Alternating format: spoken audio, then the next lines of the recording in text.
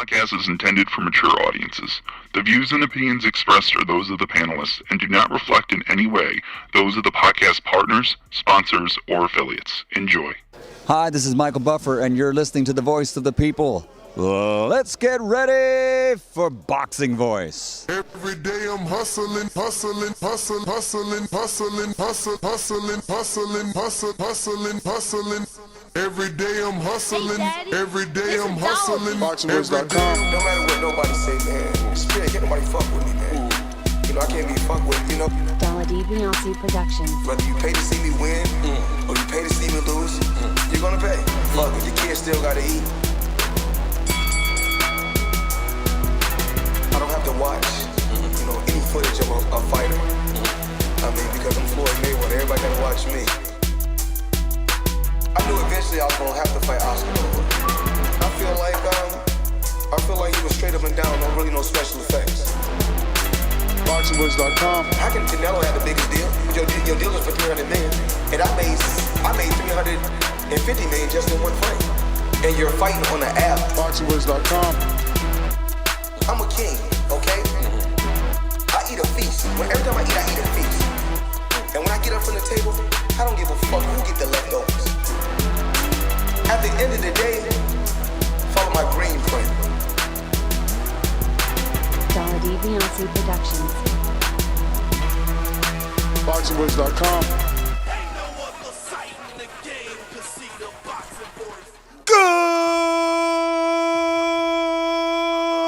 Good morning, TBV.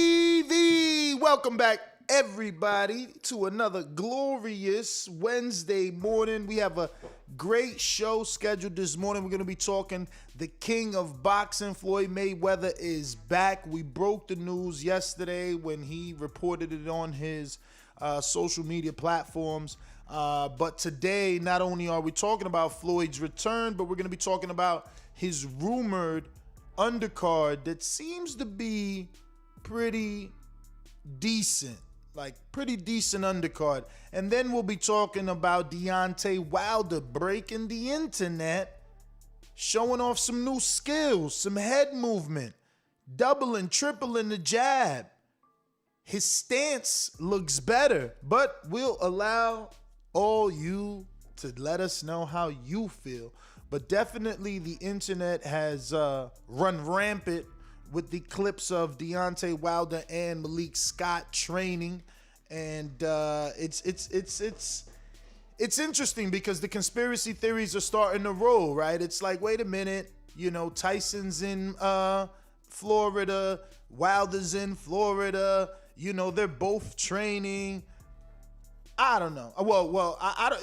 Is Fury in Florida? Because I thought he was in Las Vegas. But there's a lot of theories and conspiracies going around. But the fact still remains that the video that Deontay Wilder and Malik Scott released shows definitely new skills for Deontay Wilder. Would you agree? I don't know. Let me know in the chat. I do like what I see. Now, AJ put out a video showing his head movement and how he was going to be cutting the distance on Fury. Interesting to see that Malik Scott and Deontay Wilder working on bobbing and weaving the jab of Fury to get in on the inside. You can tell that they're working on bringing the fight to the guy and, kind of worked on his balance. You can see that in the way that he's, standing. Now, obviously, I seen the comments because all you got to do is go to his own social media and the hatred is there without a doubt. And, many people saying that they don't see a change. Many people saying that he's flat-footed. But, I think that that's where he generates the power, But having a good stance can fix a lot of things or take him further, But let's look at some of the comments and see, who's doing what, right? So obviously, Deontay himself Brian Jennings, heavyweight, faced Vladimir Klitschko, you know, and he's showing support. Mustafa Boxing, who we've interviewed, he says those feints look good as hell. So again, different things that he's working on that people can see. Greg Hatchett, this is a trainer from Philadelphia, and he says he need that. You know what I'm saying? Zab Judah, former Undisputed, you know, he's showing support. Chris Lovejoy, he's showing support. He said he got the sauce, King. He might be aight.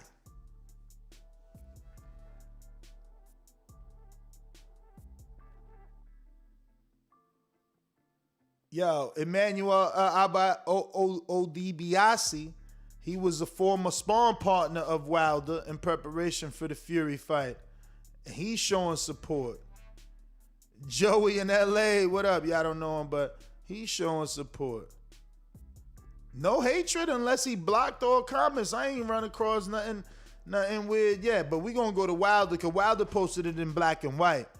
Malik Scott Jr. says the big payback. And that's it. Okay, well, let's go to Wilder's and see how that look. Here we go. We got Barack Bless, the boxing bully from Akin Barack Sweet Sciences, saying that right hand sound heavy. Damn it, he got a lot of likes on that shit, huh? And 40 replies. PBC, they out there showing their support. And obviously Everlast, hold on, let me just communicate with my guests. Make sure that everything is a go.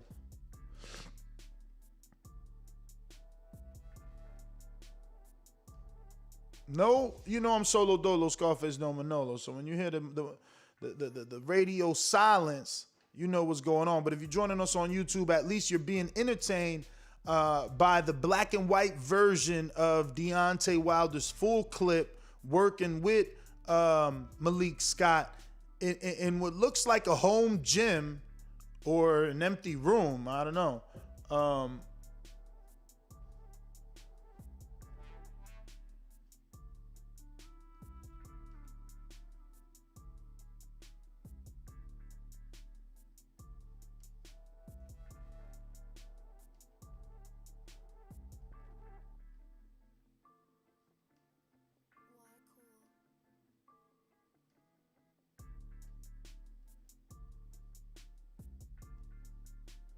All right. So, you know, I love the jab to the body. You know, I love the triple jab to cut the distance, finishing with the right hand. And I love the way the feet are placed, man. That's what I'm liking. I'm like, oh, look who's there. And that's GTO. What up, champ? Miss Boxing Baby. What up? Dion. What up? The Equalizer. M. Waddy, that's one of the Watson twins. Oh, look who's there. Next up, sports. Let's go. We also know NSG. We've interviewed him. Actually, we did in Las Vegas for the Gennady. Look who's there. CYP. Forever Johnny Rice also. So, wow, I don't know. No hate there. No hate. So, you know, but there's not much to hate. You can't look at this clip and don't think that it looks better. We've seen him do some of these things in the past, and it just all looks better. You know, even his back foot, you can see, you know, they called him flat-footed, but, you know, his back foot, you can see he's on the ball of his toes, you know, just to get that right hand power, bringing that back leg forward, you see?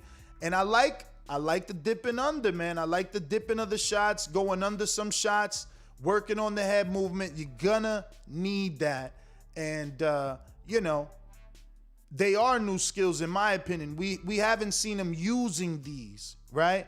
You may feel like, oh, these are old things. This is nothing new. You're right. But has this particular fighter been using these old, moves, right? No, he was getting by with his way of doing things. And what this video tells me is that Malik Scott is getting to him or through to him. You seen that jab up and down, jab upstairs, then jab to the body. I like it, man. I like it. If you guys don't, it's cool. He has the Mayweather effect, man.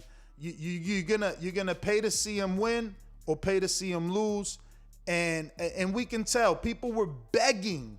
They were begging for him to get a little vocal, say a little more, be in the media, don't disappear. Now he drops the clip. It definitely goes viral. It's all over the internet, and everyone is a critic. And you're supposed to be. You're supposed to be, man. This is boxing. You're supposed to be a critic. But if you're looking at that video and you can't see improvement, you're a hater, especially when we just went through so many comments of professionals who did see improvement, and a lot of us value the mind of Mustafa Mickens. And, he definitely liked the feints. But let's see if PBC, did they repost it the way that they're posting all about Andy? No, they did not. Everything is Andy Ruiz. So Fury and Billy Joe mad at Eddie for not having anything Billy during the Canelo buildup. And, while Wilder doesn't have a fight and Andy does, you could have at least posted that little clip of Wilder up on the PBC Instagram. Let's check if they put it on their premiere channel. And it looks like they did not. Let's double check, see if they... No, not on that. They don't even have a story on Premiere, and they don't have a story. Wow. Well, there you go. That's unfortunate, really. Let's see if ESPN picked it up. ESPN Ringside. Oh, shit. Let's check Ringside first. And they did not. Interesting. That's strange. I really thought this ESPN would... I mean, they pick up everything.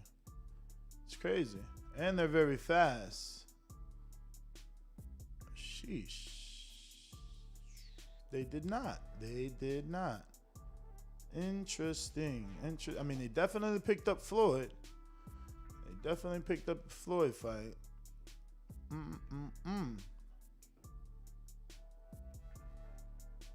But no, not there, man. Damn, so Evander Holyfield is back on June 5th too. Oh yeah, because he's on the TO card, right? Damn, let's see what's going on here. If we told you these two would be fighting back-to-back nights in 2021. Floyd, Evander. Floyd, Evander. Floyd, Evander. Floyd, Evander. Why Evander looks so young? Jesus Christ, look at his body, bruh. Dude, both of these dudes looking phenomenal shape here. And this is what I'm saying. This ESPN usually picks up everything. I'm shocked. They doing my mans and them like that. Let's see. ESPN Knockout. Let's check them out. What? Them either? Okay. All right. I mean, everybody else definitely is using that video and talking about that video. I am shocked. I mean, I guess ESPN is, I wouldn't say enemy, but the competitor. But damn, not even PBC. They need to step it up. And this is what I mean about Matchroom. Not Matchroom, excuse me, Dazn. Dazn is on everything, Interesting. But that, see what I'm saying?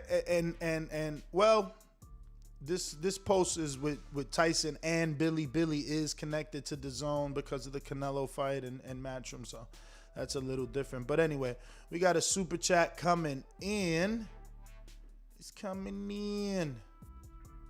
Let's see what we got. Dual Ingram says, hopefully we could keep the same energy about training in the house with PJs on when he has a fight date. I mean, how do you know that's a house? How do you know that's a house? Is this a house or like a expensive gym, right? Like, you know, modern gyms, they got windows, you know? They got windows. Is this not a gym? He's got boxing shoes on. Those are not PJs. And Malik is fully, you know, Malik always dressed like that for training. So, I don't know. What? I mean,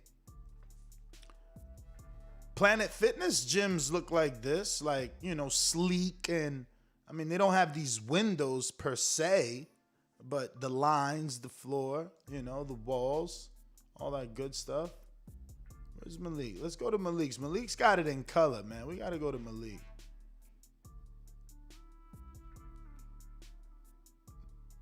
There we go. Malik got it in color. I mean, you know, high ceilings. Remember, Wilder's like 6'7", man. So, I don't know. Super chat coming at the champ. They don't like him working in the house. I mean, hold on. Ain't it COVID, man? Ain't it COVID? Everybody, I mean, didn't Tevin Farmer turn his house basement into a home gym? I mean, what you mean keep the same energy? We was giving Tevin Farmer credit for doing that. I mean, he got everything down there. But we got D-Lo 404 boxing that says, thanks, Ness. Flexing emoji with the glove emoji. Thank you, champ. Thank you for the support. Good morning to you. Rocking out. Let me double check my messages here.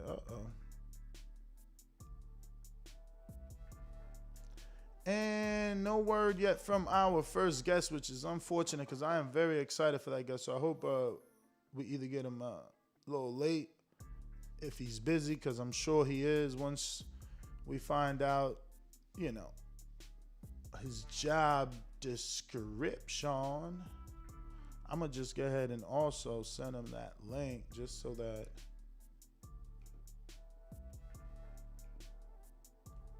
he got everything. But, I mean, yeah, people saying definitely a home gym. They even saying this is carpet. I don't know that it's carpet. I don't care. You know, if you've been to the gym, you know, it's 4 walls and a floor, you know. They're getting it done. You know, people see that's where we are with Deontay Wilder and his level of popularity, that we look past what he's doing right and we're looking for the wrong. You know, it's like, oh shit, he looks too good now on these pads. Let's talk about the carpet. Let's talk about, you know, the fact that he's got windows. I mean, come on, fellas. Come on.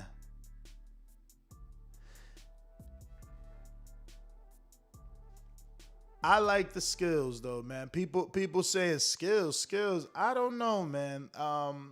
Head movement requires skill, man. Not everybody can do it. If they could, people wouldn't be getting knocked out, man. People wouldn't be getting touched up, man. Like, you know, working on the head movement is a good thing, in my opinion. As a Deontay Wilder fan, everything in this video, I am content with.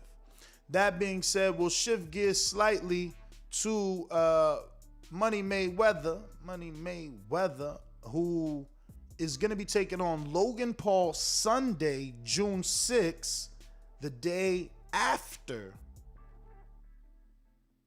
Teofimo Lopez and Evander Holyfield. Now, the Mayweather versus Logan Paul undercard on June 6th will reportedly include the rematch of Jean Pascal versus Badou Jack. So that was a damn good fight. And we didn't think Pascal, he kind of like, I don't know. I didn't know he was going to give the rematch. So I liked that he did. And, I like this fight on the undercard. Now, Luis Arias versus Jarrett Hurd, I like that too. Arias been in there with Jacobs, right? He's been in there with some bigger dudes. Jarrett Hurd's 54, guys. But that's the thing. I got to check after I check this message.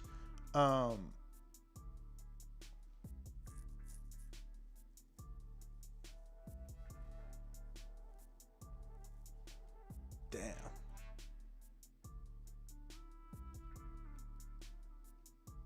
So we won't get Peter Khan on right now. He's in transit and he needs to reschedule.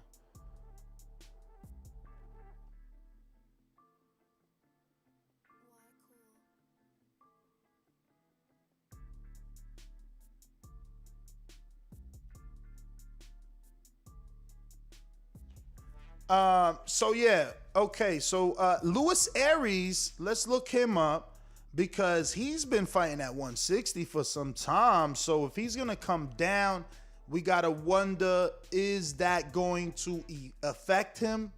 He hasn't fought since 2019 when he lost to Luke Keeler on points, who Andre, did his thing versus. Now, the time off might be good for him because he didn't fight since August of 2019, but he was also coming off the UD loss to Jacobs, split decision draw to Rosado, and then points decision loss to Luke Keeler.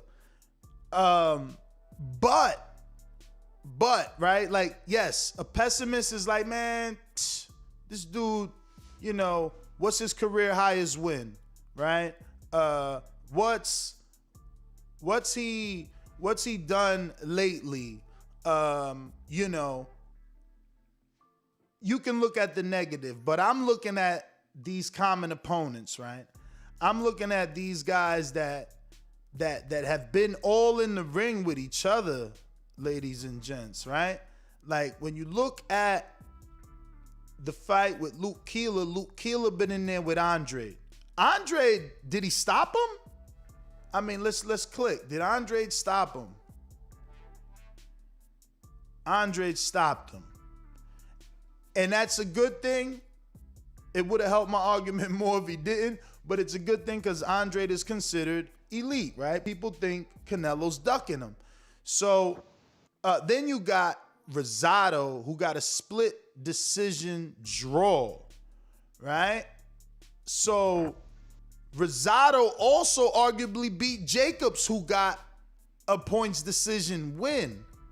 So what this shows is that Arias is right there hanging with these dudes, man, with these elite level fighters. Now, Rosado, whether you think he's elite level or not, because of who he won or lost to, Jacobs is definitely elite level. And Keeler, again, may not be elite level, but it's a common opponent with an elite level fighter. So definitely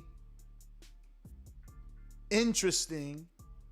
And I think it would make for a good fight versus Jarrett Hurd, but I don't mind it. Again, my biggest issue is that, fuck, man, Arias, when's the last time? Arias never made 54. Now that I'm looking, he's always been 160. The lowest he's gotten was 158. Damn, is he going to take this fight at one? I hope not. Maybe it's a catch weight for Jarrett, but Jarrett Hurd's last fight, let's see what that was at, because he already had one tune-up, right? Yeah, I think he had a tune-up. He had Francisco Santana at 54. So, damn. He made weight. I don't know, man. Damn. They're doing this at 54 or 60? I hope they don't do it. Yo, fucking, when the last time Aries, he never been at 54. That's crazy, man. But Francis, good morning. I didn't want to introduce you until you was ready. You know, yeah. I see you moving around.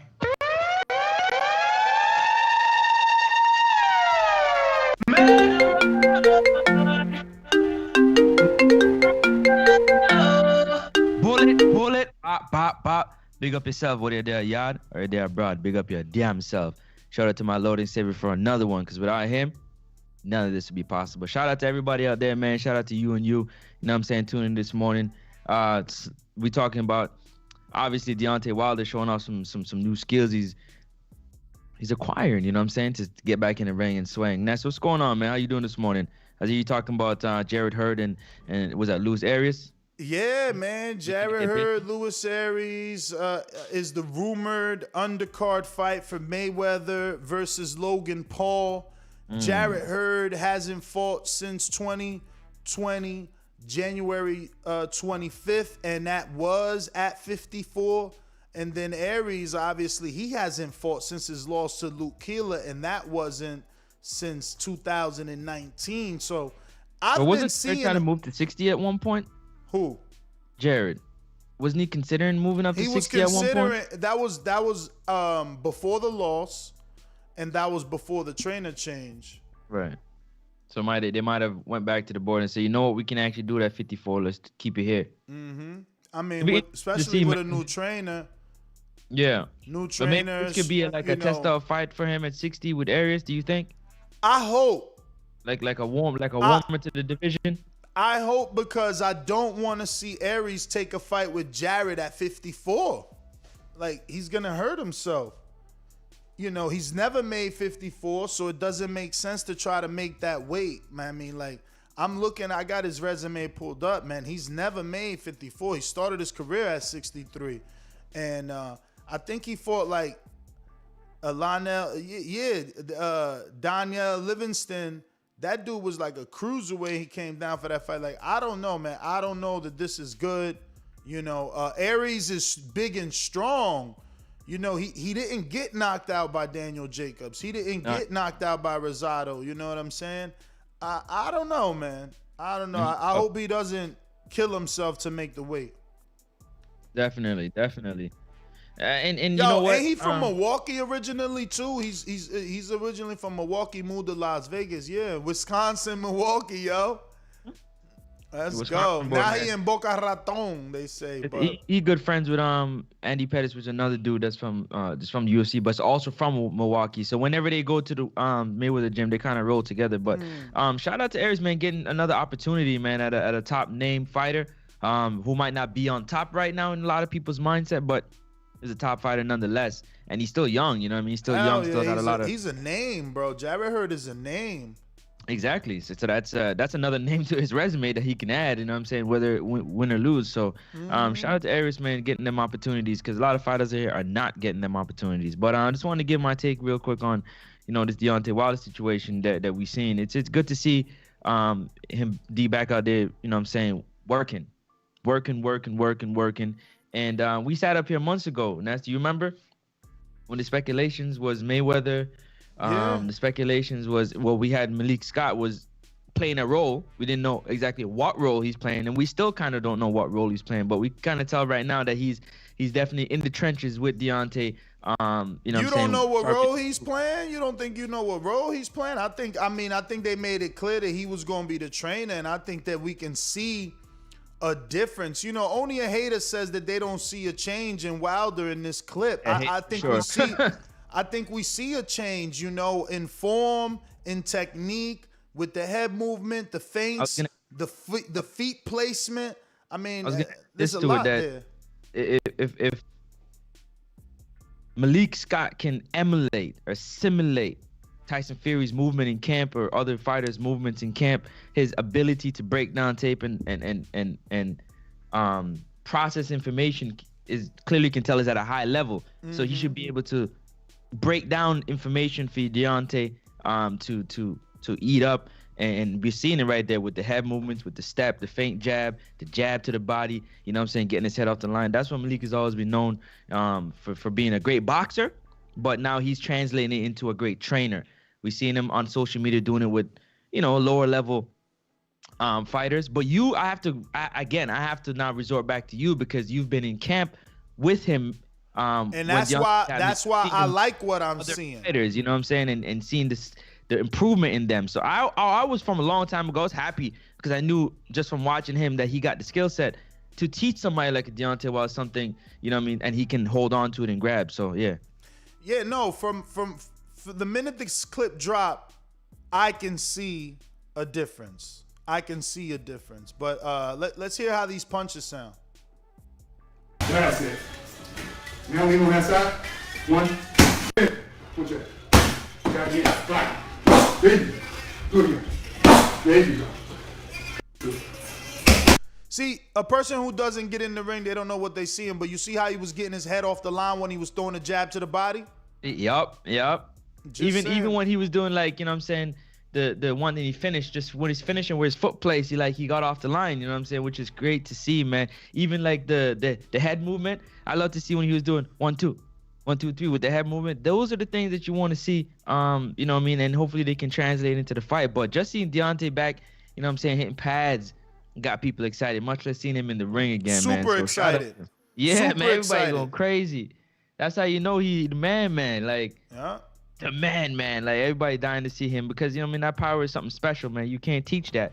You can't buy it at the store, man. You got to be gifted with that. And if you can add a skill set to that power, scary, man. Not to say he don't have a skill set. Y'all don't come kill me, man, because to make the Olympics, you got to have some type of skill. For real.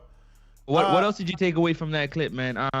I'm excited for Malik to get this opportunity. This could probably be the launching pad for other things for him.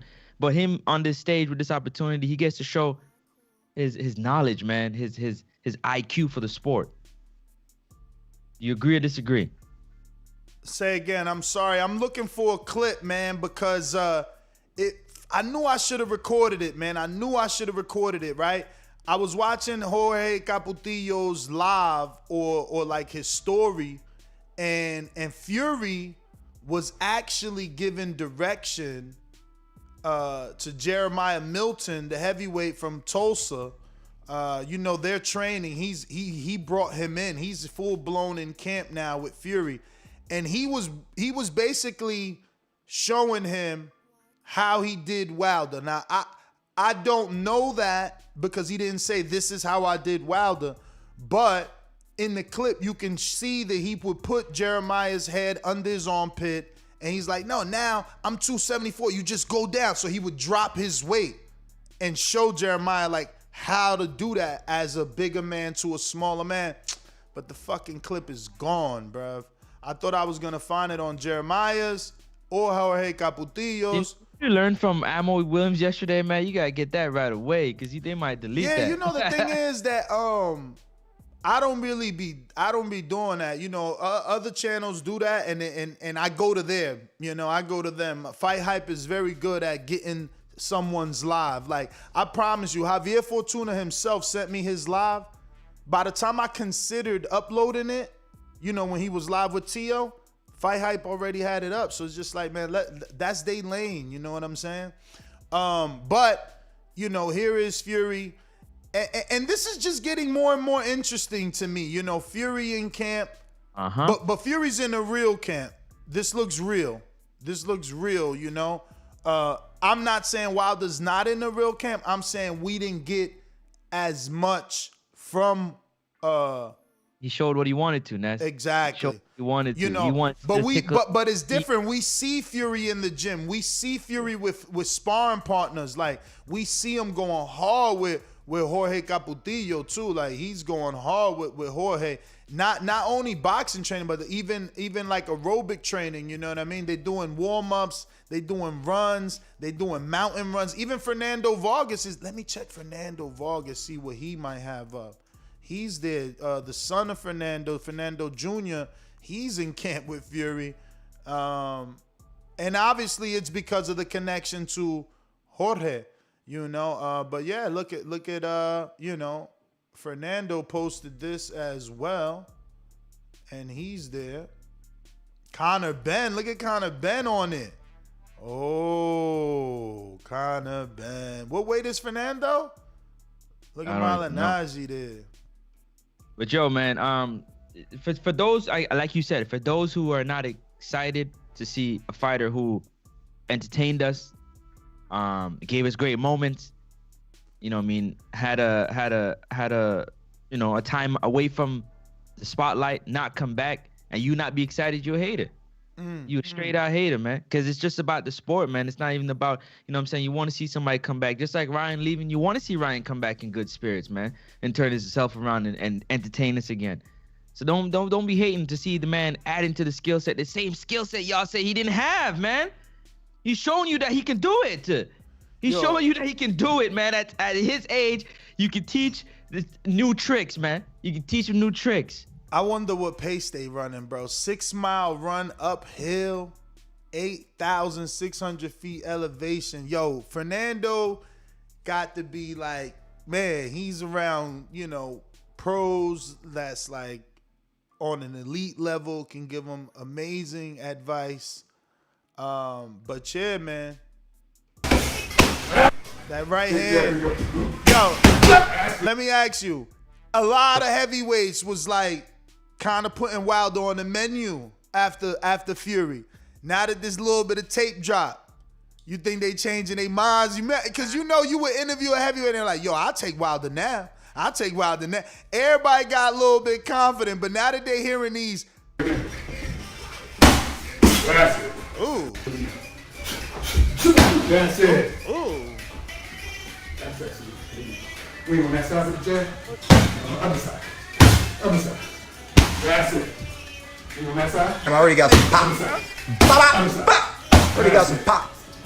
You know we on that side? Play in the background. I Yo, don't know about and he you, got but on it. Ain't a time. Reggae all day. They play in the background. Yo. I thought that was actually. I thought that yeah. was Spanish rap. It's reggae. I promise you, I thought that was like Spanish reggaeton, man. I'm telling you, like the old Like, school okay. shit. I could be wrong though, but like, he even your got on question, his toes at the end, man. Say again. You know, answer your question though. Answer your question.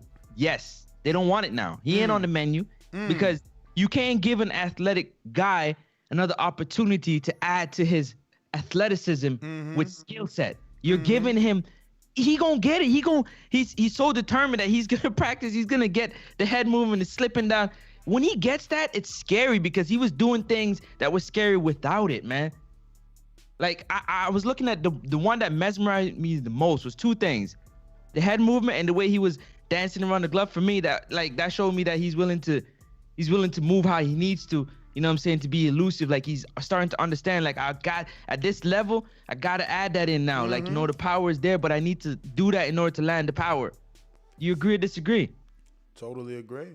I mean, bro, you was, like I said, I gotta always fall back on you when it comes to and pause when it comes to the camp, because you've seen the progression of these fighters. You know what I'm saying? You've seen Malik Scott in there with Junior Fa and working with him and all these other guys and how good they have gotten. You know what I mean? So you know how. I mean, I thought Junior Fa was gonna do a lot better. I can't front, man. Being in there with Fa, watching him, man, I thought he was gonna beat Joseph, man.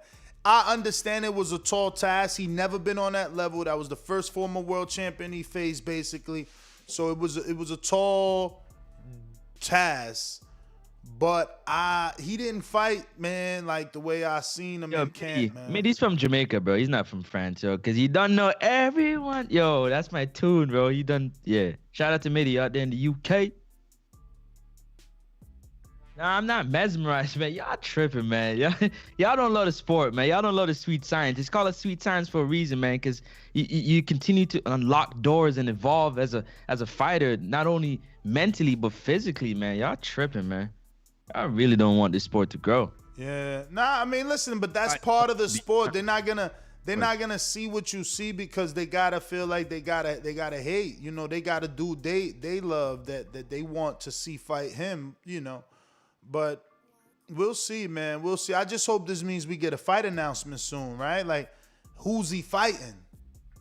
Ooh. When boy. is he fighting? Like, what's going on? Like, what's going on? I mean, you know, who's he fighting? When is he fighting? Are we gonna see him fight? That's what I want to know. Facts, man. And listen, What do you think this means, man? I mean, is this random or was this like it was strategic? Yo, I'm actually mad. PBC, Premier Boxing Champions, ESPN, none of them reposted this, man. And those, you know, PBC, they posting everything that Canelo do with Andy. Everything to build up Andy more, you know, bigger. Like, oh, look, Canelo's showing him head movement. Oh, look, Canelo's watching Andy Trent. Damn, where's the love? Yo, Where's Ness, the love? let me ask you a question real quick. Talk to me. If we doing something together and we successful, but we know that inside the inner camp, like like in our team, there's turmoil. Like not everybody get along the way they should, but we winning. Are you willing to flip and shake the ship? You know what I'm saying, to fix the inner problem and possibly stop winning by shaking the ship? Are you willing to do something like that as a person? I mean, man, be specific, man. Be specific, man. Be specific to the topic or to whatever subject matter you want me to, because you know, you making the question vague. It depends. You know, every decision you make depends on what it is you got to do and so what you're is the supposed to evolve as a fighter. A fighter is supposed to evolve, but if you continue to win with the skill set that you have, right, and you're not gonna necessarily work on new things because what you're doing is working. Yes. So why would he work on it 10 years ago when he knocking out fools without doing what he do? Y'all Absolutely, tripping. absolutely. Like, now it's time to go back and add. And you can get complacent, Francis, right? So it's like all you got to use is your right hand. So why you going to jump rope? Why you going to hit the bag? Why you going to dip your head? Why you going to use head movement? I'm knocking you out with one right hand. The fights ain't even, like, you know, that's how he probably looked at it. You know, we're not in his head, but that could be a way, you know, that he looked at things. Yeah, he said you got to be on point for 36 minutes. Man, I only got to be on point for 1 second. I touch you going to, I mean, you could kind of tell, get in decent physical shape and show up. But not to say that that's exactly what he did, man. Like I said, to make it to the Olympics and win a bronze medal, you got to have some type of pedigree, man, some type of skill, so, you know what I mean, to be able to box. So let me ask you, there's actually more footage on the story, bruh. A longer, different version. But let me ask you though, cause in one of the clips, Malik takes a right hand and then he does like a 360. Is he giving a false sense of confidence to his fighter, you know, or did he really, you know, get knocked into a whole nother fucking realm? Because Wilder hit the pad, you ain't see it? I'm gonna tell you what happened. I mean, to me, I'm telling you, smart. He took some off. I'm telling you, it looks like he exaggerated the power there. He took some off. He's smart, bro. I'm not taking that full shot. I'm taking some off. It's like catching a ball coming fast, but you gotta take some off. Take some of the heat off as you catch that, man. Don't catch it fully. Don't hit it dead on, man. You gotta, you know what I'm saying? You gotta roll with it. It's like a punch. Roll with it so you save your shoulders and your elbow, because dude got natural heavy hands. You can't take that for, you know what I'm saying, for a whole camp. You gotta be smart and strategic. So it's not a false sense of hope or him making it up. Nah, he was literally, and that's how you take some off. You gotta turn. So there's more footage over here. They're showing, you know, they're gonna show footage of him going under, you know, big lefts or rights, which wasn't on the actual post. And there's more footage and angles of the jab, you know, to the top and bottom, painting the fence. This is actually a better version of it, bro. It definitely longer and shows a lot more. They tripping right now. The haters is mad we found this longer version right here. He looked good. You got to see it put together, obviously, you know what I mean? But, ooh, they trying to teach him how to block the overhead, right? You seen that, Mitty? I don't know that's going to work, though, Mitty. I don't like that. I mean, I'm just being real. That ain't my I love the head movement, though. I love the head movement. Dipping under. There you go. That's new. Y'all ain't see that. Uh-oh. We got it, y'all. We got the new clip. Look, all that movement. Oh, dipping under. Yeah, you got to keep Fat Fury off you, man. Don't have him on your back.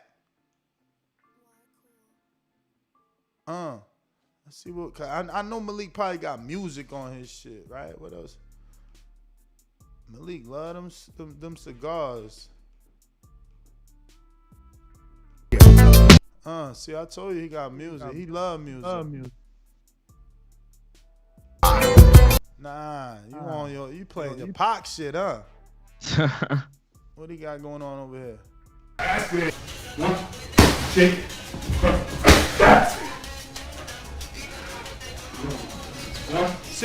See why that sound like bien loca, tú te ves bien loca.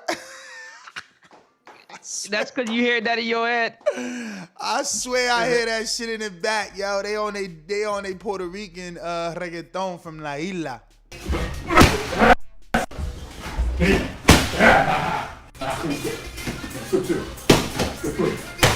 That's it.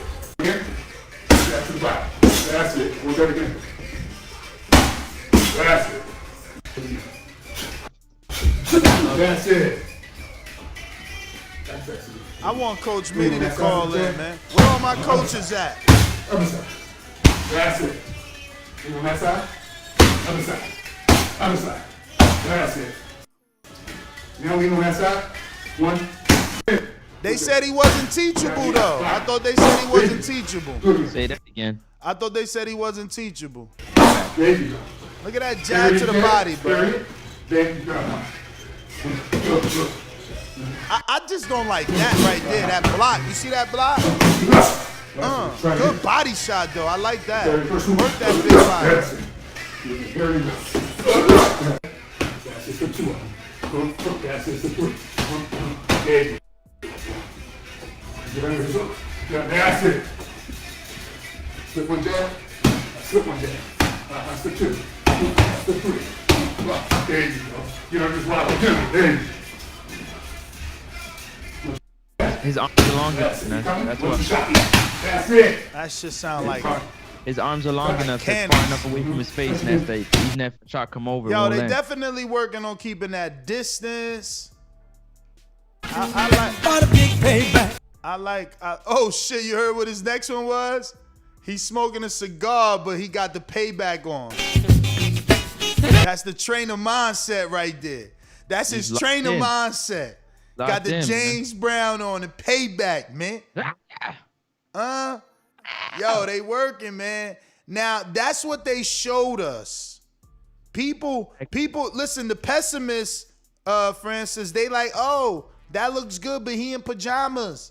He in his house. Why they not like, damn, why ain't they looking out the window, Francis, and noticing that it's nighttime? Noticing they getting that late night work. All right now.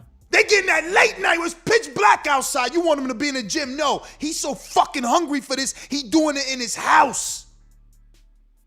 Y'all pessimists though. Y'all pessimists though, man.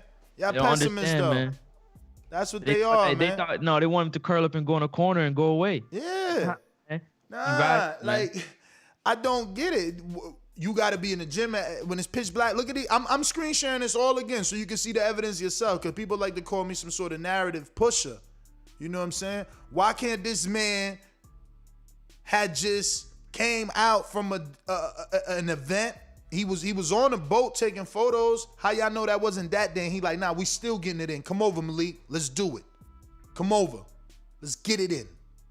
Let's get it in, man. And he's like, I'm with it. And apparently he in California too, no? I guess. The reports he was on a, you know what I'm saying, nice little yacht.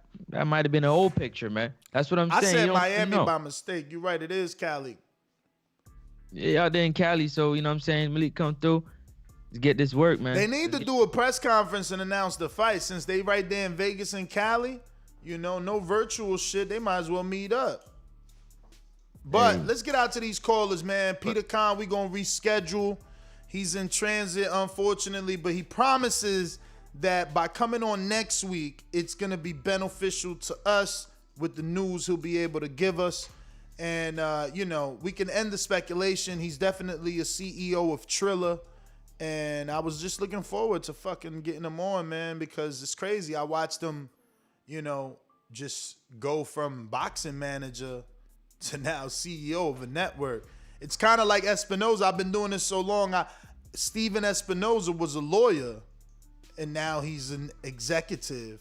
But just who I wanted to see, an executive at Showtime Sports. Just who I wanted to call in, man. Mitty, man, come on out. Let's talk. You ain't called for nothing. You know your name is Coach. I need y'all to call in. Anybody who believes they're Coach, I want to know what you think of this tape. Coaches I respect, like Mustafa Mickens, definitely like what he sees. But I want to know what you guys think. You coaches out there that may not get the recognition of a Malik Scott and a Mustafa Mickens, man. What do you see? What does your eye tell you? Midday, you ready for us? I am the unified heavyweight champion of the world. I know you're booing me because I'll whip your fighter's ass, but that's boxing. On this side of the pond, we're serious, do you know what I mean? UK Great Britain boxing is on the map. My God, I feel terrible. I feel terrible that I'm living in your Rent 3. Yo, TBV, man. It's been a while, man. Wilder brought me out, man. Biggest name in boxing. Not named Jake Paul. No, I forget about Jake Paul, man. Don't talk about that guy, man. So yeah, no, man.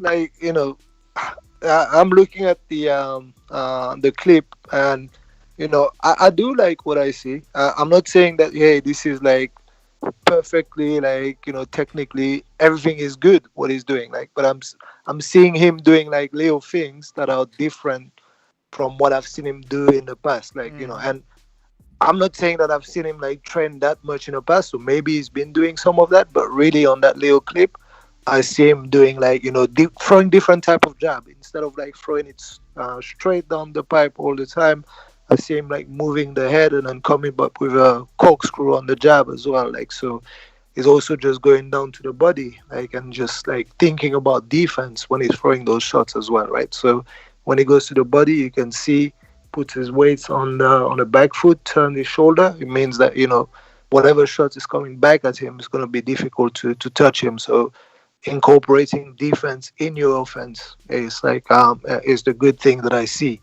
Obviously, is not really fluid with it right now, and that what tells me that it's something that he's learning and he's not used to doing, but there's nothing wrong with that. We don't know when his next fight is, and he's got to drill it until it becomes second nature, man. So now were you able to see the one that we found on Malik Scott's Instagram story though? I saw it when you say with the overhand right. I don't really like the overhand right block, but hey, I mean you have to get ready for any type of eventuality in a fight, right? Maybe he's gonna get to use that, but I'm not too much of a fan of that. But it can work, and it's very rare that he's gonna get someone throwing an overhand right at him anyway. But Fury would, certainly did. Yeah, Fury would. And that's really the only guy that really did that with that kind of success, right? Because the size is. Speaking of Fury, did you notice Wilder kind of used his move? So there's a point in the clip where he's jab, right hand, the lead jab hand, he pins him and then shoots the right hand. And this is where you get your measure, right? So you throw your jab, and then you bring it back, then you just get your measure, or you just put your jab out there to occupy someone's hand. And usually, their hand's gonna come up, their guard is gonna stay up there, and you're gonna shoot the right hand to the body usually, either to the body or right through the guard, Fury did to him. But that's not bad, that's the kind of thing that you should be working on. He also does like a nice little thing with a jab, right? Like you see, he throws like a triple jab, but none of those jabs are really designed to land, right? He just throws them soft and to they cut the missing distance. He's cutting It's the just- distance. but also keeping you occupied, keeping you blinded, right? Like so, he's right there in front of you, and then but it's really like blinding you from the right hand that is about to come, right? So. He's trying different things. We're setting up shots and then trying to set up his big money shot, which is the right hand, which is pretty good. And but the power definitely, like Malik Scott is just definitely adding for the gram, right? This for the gram, like the little spins and all that. So you don't think it was what Canadian Nah, Francis said, that he's nah. taking off not to hurt his elbows? Nah, he can handle that. He can just he can get it when you hold pad properly. Obviously, like it has it takes a toll on your elbows, but not like that, man. Not like that. It's just like for the gram. It's just like say, yo, whoa, my boy is back with the power, So Coach, you being from the United Kingdom, there are people that are being pessimists, right? They're like, yo, this is in a apartment. This is in a house. This is not a gym. What's your thoughts on that? Does it matter?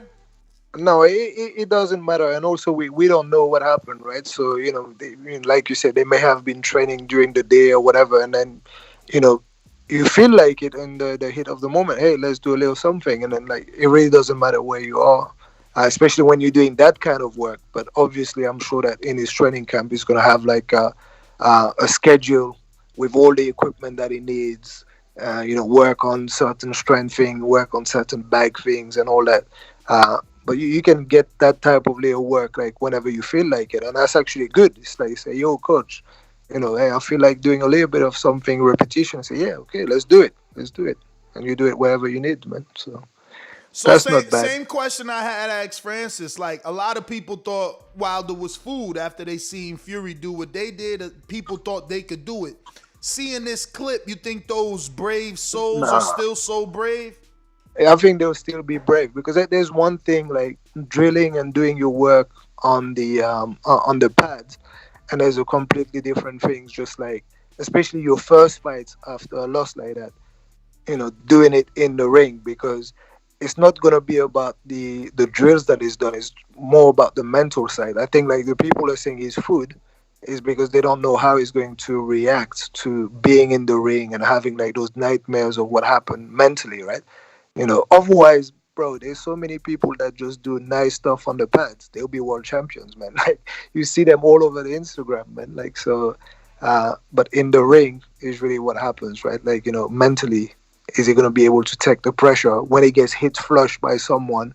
Is he gonna just revert to doing what he was doing before and forget all those drills and all that, and forget on how to keep the distance, how to move his head, how to set up the shots? That's why Eddie Reynoso is getting Andy this Areola fight versus taking that Dillian White fight. It's let's work. Yeah. Let's work on the things that we've been working on in a real fight before And that's we our put it on first the fight. elite level. And that's their first fight together. So that makes a lot of sense. That is smart. Let's get those muscle memory thing that we worked on. Let's put them in practice in the ring, and let's see how you react to a few things until I know that I can step you with Wilder, for example. And so yeah, man. The ring is where the truth is at, man. Not the apartments or the pads or whatever. AJ didn't go that route. He didn't take a tune-up. He practiced what he had to practice in the 6 months, and he did it in the rematch. Do you think Wilder does that, or you think they give him the Charles Martin like the rumors were? I mean, it's all down to Wilder. Only Wilder can just tell you exactly how he feels mentally, right? And says you know what? None of this is a problem for me.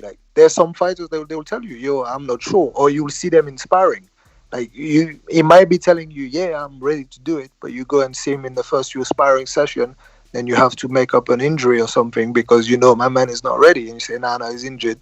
Let's pull him out of that fight, and then let's find him a tune-up again. So only Wilder knows. So if Wilder says, it's good to go in straight in with the big names, then you have to go with what he says. And if his coach says he's happy with what he sees in sparring and in training, then that's what's gonna happen. That's why AJ did it, right? AJ backed himself. So. Definitely. Well, Coach, thanks for All right, calling in. We going out to Hold on, Cincinnati. Ness. Hold on. What Go up? back and watch the tape there and tell me how much times when Malik Scott took the right hand that he dipped. Like he did one spin that you're talking about. How much time did he actually like take a real dip and come back and take the other jab or whatever? Every time he took the right hand, watching, he dipped normal. He didn't just stand there, boop, his hand went back. He's body dipped every single time. The last one is when he did like that half spin. Let's go to Cincinnati. Well, before we go to the Natty, who's getting his audio ready, you know what I'm saying? Pulling over the big rig, closing up the windows, turning down the AC. We're going to go to these super chats. I see. First one, we went to D-Lo, but once again, he says, thanks, next flexing emoji, boxing emoji. Dual Ingram, he says, hopefully we keep that same energy about training in the house with those PJs on when he has a fight date. But we've already established those are not pajamas. And I actually think they say Jesus on the left leg, right? Really looks like that. Check it out. Yeah, something on the left leg, yeah. Dual Ingram back with another one. He says, don't get me wrong. I'm a Deontay Wilder fanboy, but I got to hold him accountable since he can't do that for himself. The Brotherhood. I mean, I don't know. All right. The Brotherhood says, Wilder looked sharp after firing that old fart Breland.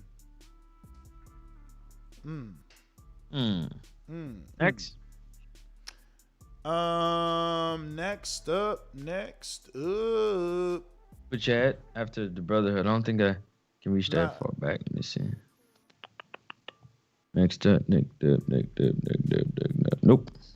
Let me see. Izzy in Oakland. Nope. Marlon So Icy Sim says, big shout out to Colton Warner in camp with Fury. We won 2016 Golden Gloves together. Love him and his family. His parents married me and wifey. Oh, his parents must be like ordained ministers. Hashtag Minnesota. Shout out Marlon So Icy Sims. Shout out you. Izzy in Oklahoma says, quit telling a bunch of obvious boxing fans we don't want the sport to grow because we're not enthralled with a quick pad work video. Hashtag sound goofy as fuck. Hashtag fanboy. Was that for you? Did you call them? Or was that me? Did I say? I have no idea, bro. You got to go back and listen. I don't know. But who cares? Move on. Yeah, you was the one that said you don't want that people don't want the sport to grow. I mean, I don't know that you said that. I heard you say something about sport. I said that. Yeah. I heard you say something about sport and the word grow. I don't know if it was put together like that. Sway, New York City says, great to see the greats fine-tuning their skills. Hashtag Wilder. Hashtag AJ. Floyd fighting the day after Tio to make sure Tank's pay-per-view numbers are still the higher. Yeah, I came up with that little scenario a few days ago and wondered, was this like, a metaphorical pay-per-view cock block to keep Gervonta in that A-side status at 135. We got another. So hold on a second. He still got a bet at 130, no? Or did he already give that up? Nah, he got that belt and he got the regular at 35. And he about to get the regular 40, so you're going to have belt in 3 different divisions simultaneously. Yeah, he'll be a 3-division regular champ. At the same time. 3-division regular champ, yeah. Ooh, continue. And one-time super. Right. Continue. Well, he got elevated, just like Ugas. Terrell Harris, a.k.a. Fire Flame. The most exciting part isn't KOing Fury. It's proving that Fury cheated after he KO'd Fury. The real story begins. Bomb squad emoji. Flexing emoji. Glove emoji. So I don't get that though, Fire Flame. How does he prove it? If he KOs Fury, so if he wins, did he automatically prove it because he won? Or did he prove it because like they found something in new gloves on fight night, the way it was with the Margarita? Like, what does he mean? Like, you know, KO and Fury, he proves that I don't know. Yeah, you gotta elaborate. He's got to explain just a little bit more. That one ain't really, you know, telling this whole story. KDDR7989 says Wilder looking great, ready for a comeback opponent. Andy Ruiz or Alexander Usyk.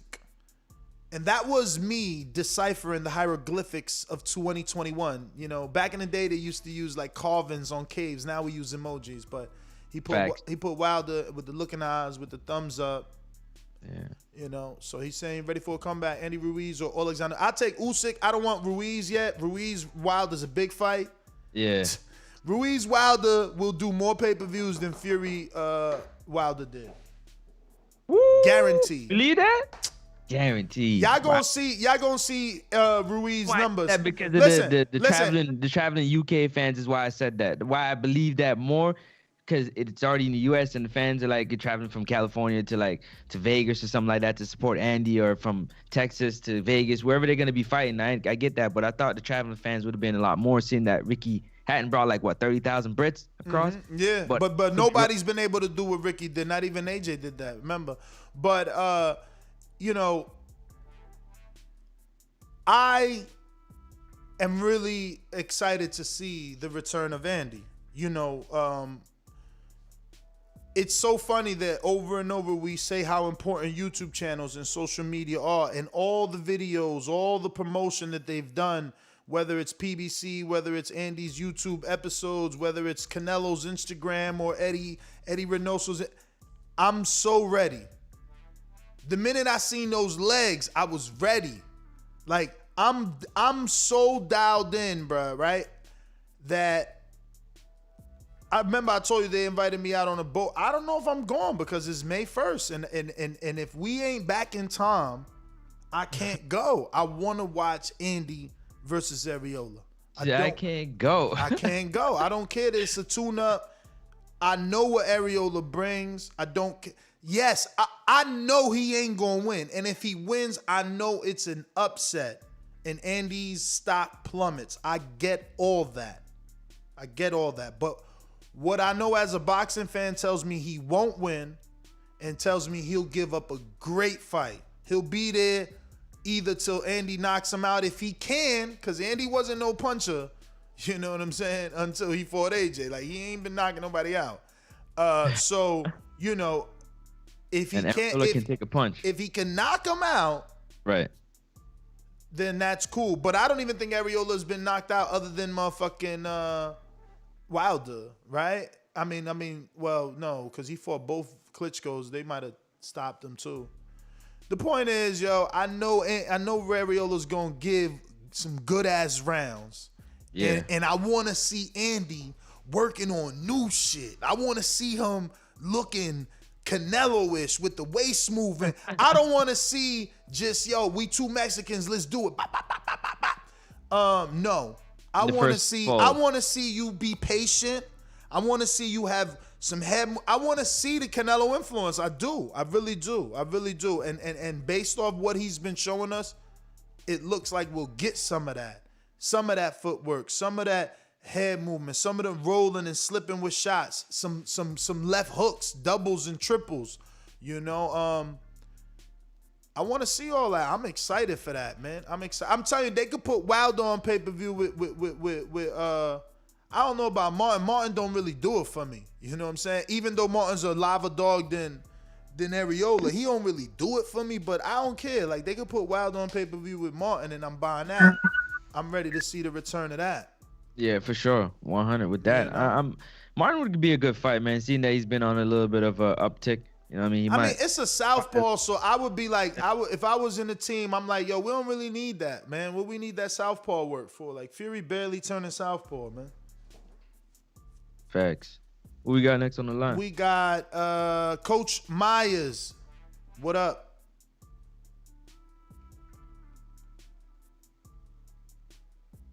Coach Myers. Yo, you hear me? We hear you. The footage looked good.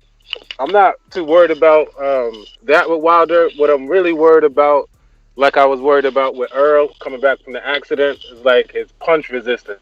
Like, you know what I mean? How he's gonna react after you get hit flush, hit good. You know what I mean? Get hit good with a good shot.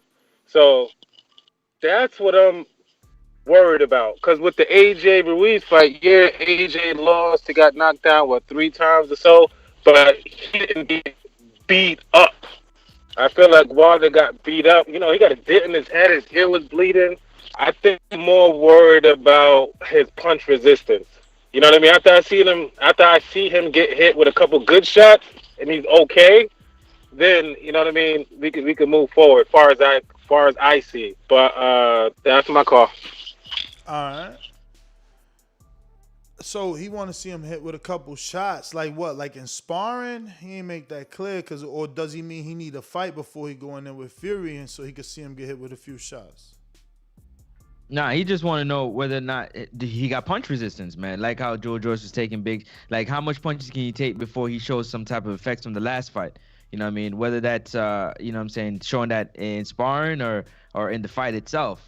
The next fight he has, like your tune-up fight, he wants to see when he takes the first big shot, boom, how his body reacts to it. Kind of like when Earl got thrown 90 feet from the car, you know what I mean, how his, punch resistant was when Danny, being a big puncher, punch him, how he would take it, you know what I mean? Mm-hmm. That's always a take, especially if you've been knocked out, been in some type of accident where it was traumatic. Everybody want to know how your brain going, you know what I'm saying, react, how your head going to react to getting hit. That's all. We going out to Seattle. Mr. PBC, baby. BoxingWords.com. I'm the finest. Canelo talking about he believes he can win. Go to my kitchen. Get the sharpest knife and cut the bullshit up. I don't care what you do good. I do every fucking thing great. Mr. PBC, baby.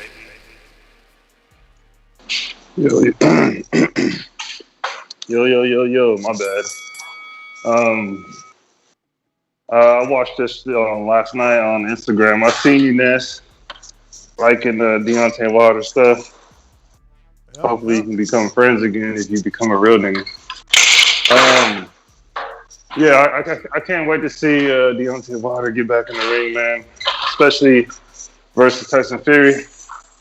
You know, cheater versus, someone who keeps it real. And hopefully Tyson Fury is like, fuck, I don't need to cheat. But if he does, let's keep it cheating. Deontay Wilder cheat. Tyson Fury cheat. Let's get it on. I can't wait for Andy Ariola too. I got about $150 coming my way. And if anybody else want to bet, if they're not going to do good on pay-per-views, let me know. That's my call. What's your prediction, just to keep it fresh in the mind? It's gonna be over 180 to 200,000 pay-per-view buys. Okay, yeah, hell yeah, I think so. Hell yeah. Yeah, that's what some people think it's not even gonna do 70,000. What? They crazy. 70? They tripping, man. They tripping, man. They real tripping with that one. That's crazy. That's easy money. That's easy money. I think 220, 250, that's like a safe number. Shit. Louisville Slugger. What up? LV.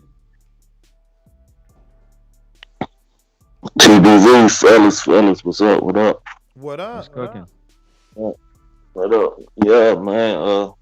Just good to see my boy back, just doing something, just to see him working on something, just putting something out there for us, the fans, to see, you know what I'm saying?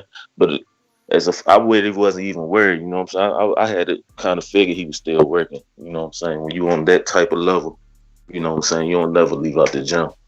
So, I mean, it's just good for having something to talk about, man. But, you know what I'm saying? Hopefully, man, these boys hurry up and get back in the ring, man. That's what I'm just anticipating for. Just ready to see these top 3 heavyweights get back in it, get active. You know what I'm saying? We can finally get and see who the top dog is. You know what I'm saying? Hopefully, we hear something soon, man. You know what I'm saying? But all this Wilder food and all that, like, come on, man. The fact is, man, he lost a 50-50 fight, man. You know what I'm saying? AJ, Mike Tyson, like these dudes lost two of the biggest upsets in boxing history. You know what I'm saying? They first lost. This man lost a 50-50 fight to a 6'9" man who been boxing his whole life, and he had to gain nearly 300 pounds just to beat him, man. Come on, man. This is a legend, man. Y'all enjoy this man's career. The bounce back will be legendary. 2-time. That's my call. Great call, man. 2-time Davidian. Buffalo.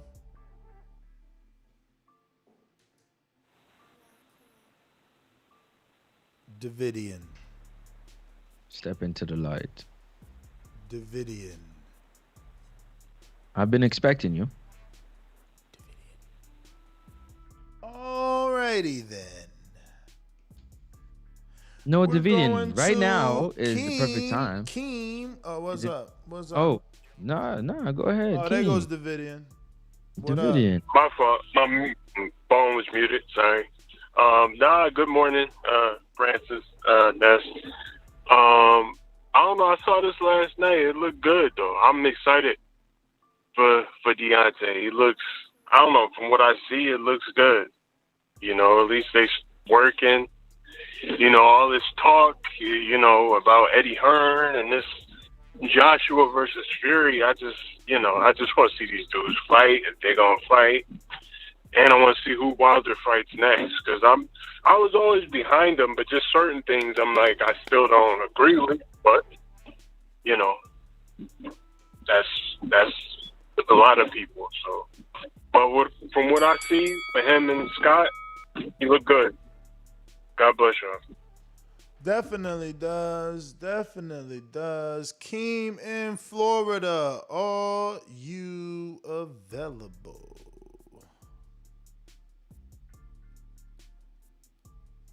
That is a no. Hamilton, Canada. What up? What up? What up, next up? What's good? I know I saw that video of Deontay yesterday. I was like, yep, I'm going to hear about this tomorrow. What I liked everything that I saw. I love the head movement. Tyson Fury, like I said on the past couple of shows, that Fury set the trend, man, for the head movement. It needs something like that. And I feel like this new trainer is basically unlocking like a hidden talent or a hidden ability, like it's some type of like cartoon show. Like, bro, you come with me, bro? Yo, I'm going to show you the way. I'm going to show you this Ultra Instinct mode for all those that like anime. But other than that, man, if he can implement that in a fight and he can set up that shot, which I see that they're trying to do, he's going to be a bad, bad man.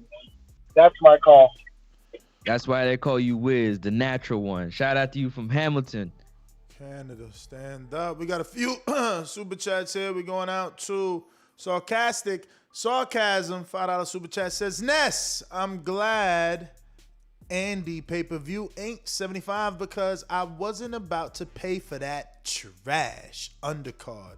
It's $50, but in my opinion, the main card is the only worthy one. Ain't Fundora on the undercard versus Cota? Yeah.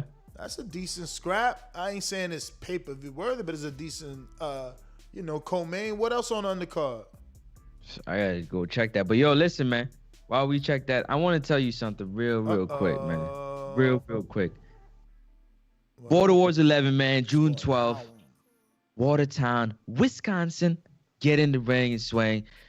It's gonna be live on the BPE Network app. You can download that wherever you download apps, and you can be in the building watching live on your projector, on your TV, your laptop, or your cell phone, whatever you choose, you know what I'm saying, to view, you can view. Or you can be in the building, man. The tickets are already on sale. $35 general admission, $70 VIP. We got $500, 5 people at a $500 table. You get premium seats, bottle service. You know what I'm saying? 400 to 500 people can be in the building, indoor, outdoor. I mean, you're getting service. Everything's going to be on Fleek, man. You're not going to want to miss this one. You're going to have to watch all the fights on Saturday after our fights. And we have an after party on the lake that you can join and be a part of if you want to. Think about it, man. Ness, tell him, man. Tell him, man. June 12th, man. June 12th, man. Protect yourself at all times. Going to be in the building. Shout out to Adrian Clark. Going to be supplying our fighters with headgears, equipment. You got Bravos out there in the UK. Shout out to Coach Xavier Miller and Anas. Appreciate you so very much for coming through and supporting us, man. You're going to have Ness in the building. You're going to have Alex in the building. Mario's going to be fighting Show Kid. Liz Low and Twin is going to be getting busy. You got Smoke 'em Out Jay versus Mission Impossible. You got Corey Frank versus MRJ. I'm telling you, man, the card is heating up. You got Blackie Ramos about to do Xavier Coleman. Listen, this one about to be crazy. I'm sorry. Go ahead. Is there any way to share the story? Of what? I want to share the story with someone. I'm not sure. I want to be able to say, like, yo, did you see this? Damn. He only saw a little bit. The person I want to come on only saw a little bit. All right, so are they coming on right now?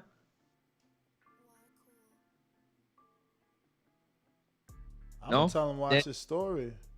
Oh. All right. Well, there you go, man. Go ahead and smash the thumbs up button if you haven't. Hit the subscribe and join button if you haven't. You know what I'm saying? This is TBV. Appreciate you. Who we got next on the line? Hold up, man. I'm trying to share this shit with him. I need him to watch this shit.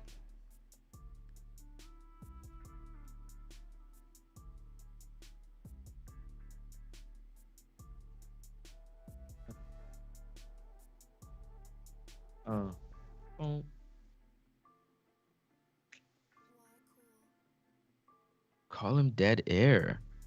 Call him just dead air. What's going on? Something is cooking up right now. I'm saying because Ronnie, so I'm like, yo, let me know if you know what I mean. I don't want him to look at the post. The post isn't the video. The story, it has a lot on there. That's a lot, man. He probably tight right now, like, yo, so you want me to come on and talk about Wilder and not about me and Charlo just finished doing pad work? Because I was like, yo, you busy? Like, we doing pad work. I'm like, oh, all right. But let me get to some callers, man. We got Chris in the ATL. He gonna be like, so you care about Wilder and not about Jamal? Chris. Can you hear me? I hear you. I caught that footage of Deontay last night. You know, I called in previously. I've talked a lot of shit. I was impressed with the motherfucker. You fading out. You muffled out right there. Say what? I said I was impressed with the motherfucker. All right. Yeah, I like the way he was setting up. I was very impressed. I was actually very surprised. The way he was setting up that right hand with the feints and the jabs. You know, that, I mean, if he can do that in a fight, it's a problem. So it's good to see that he's been working on his technique, you know what I'm saying, and not just, you know, complaining about, you know, the theories about Fury cheating, but he looked very good. So it's good to see that, and you know, let's see what he does next in his career. Definitely. We got Hawk in Maryland. Hawk, talk to me. Yo, what's up, fam? How's TBV doing today? All right. All right, good show, fellas. Shoot, Wilder look good. I see him getting himself in shape. I ain't really gonna do too much comment until he signed to fight somebody. I want to see him fight somebody. Really don't want to see him to jump right in with one of the, you know, Joshua or Whichcomb right off the break. But if that happens, in good form. But you know, still on my Floyd Mayweather thing, man. It looks like Tyson Fury and Billy Joe is calling Hearn a lying bastard, and Bob Arum said he can't do the fight. He didn't give us no update this week on the fight. So I guess everybody said with no update, even Bob Arum going on without a weekly update. I don't know. It's just crazy about that fight, man. But Wilder, I can't wait to see him back in action. And Andy Ruiz, that's the guy. That's what I'm waiting to see. Show some American excitement. So yeah, that's what I'm really waiting on. That Andy Ruiz fight. That's what I'm waiting on. All right, fellas. We got Ronnie Shields, Mr. All Ronnie right, Shields on. we got Ronnie Shields on. Ronnie, how are you? I'm actually recording it for you just in case you weren't able to figure it out. Yeah, I didn't know what you're talking about. You didn't, so I'm recording it right now. I'm gonna send it to you, but you gotta turn your camera on whenever you get a chance. And hold on, let me see if I go back and do that again. Nah, don't worry. I'm recording it. I'll send it to you via text in a few seconds. It's I'm talking about I can find you. What do you mean? Oh, the camera. Yeah. On your phone. On your phone.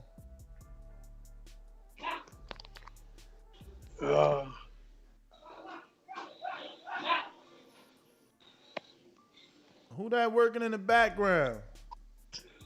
I got a bunch of guys in the training. If talk about poetry.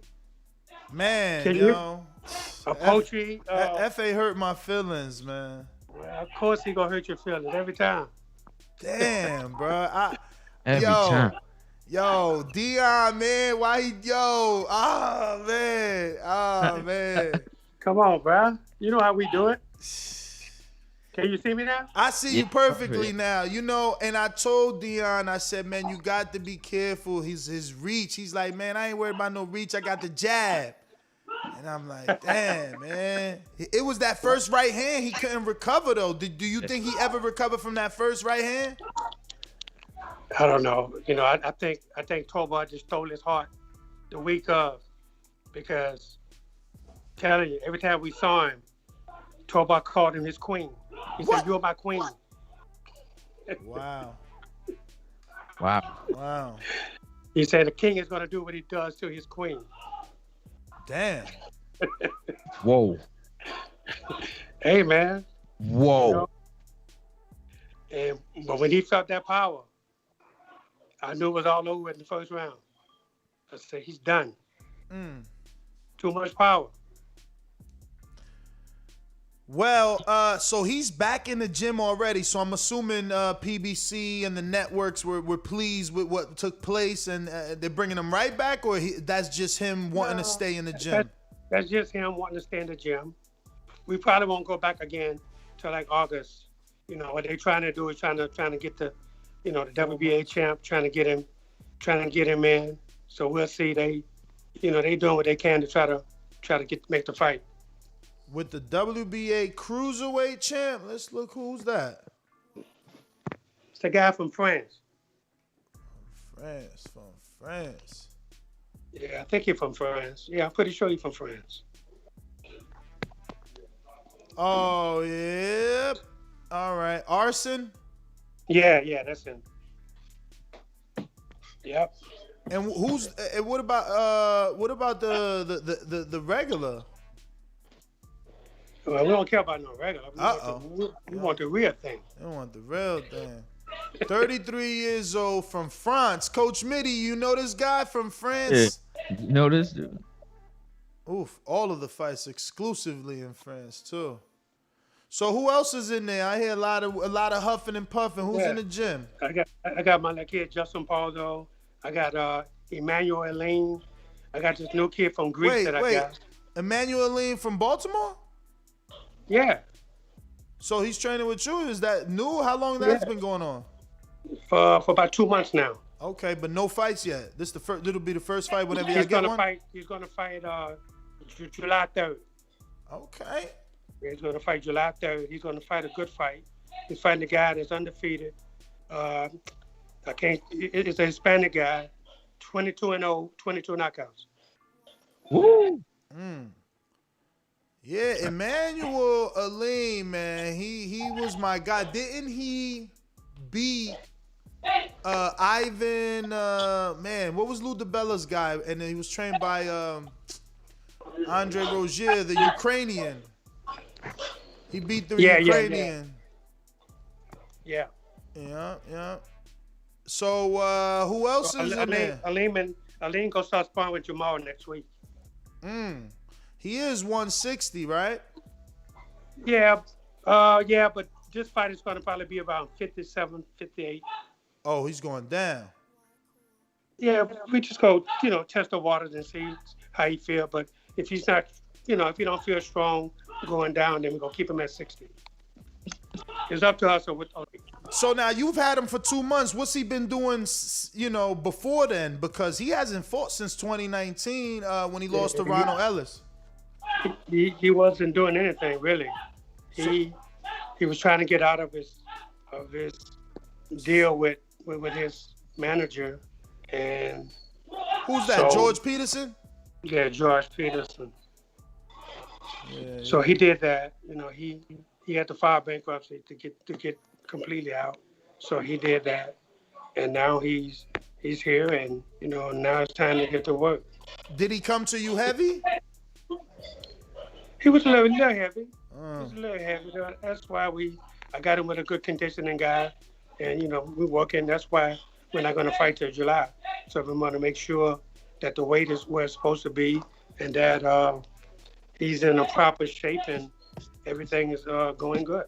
Now, what? How'd you connect with him? What made you take him on? Well, because when Jamal fought Sergey Derevyanchenko, he was one of the sparring partners I used, and so just through talk, he said he wasn't happy with the way his career was going, and so I told him, I said, if you want to come here, man, you're more than welcome.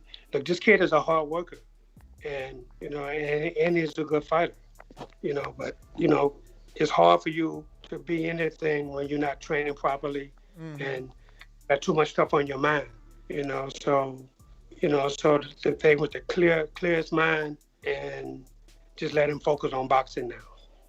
So Coach, how do you look at his loss to Centennial? Because obviously, as a boxing fan, it's like, oh, he got knocked out. So we think I was at that fight. Matter of fact, and I just think he fought Centennial wrong. He just had the wrong game plan against Centennial. Look, a lot of fighters get knocked out. They come back, and just because you lose, that don't mean you can't come back and be a winner.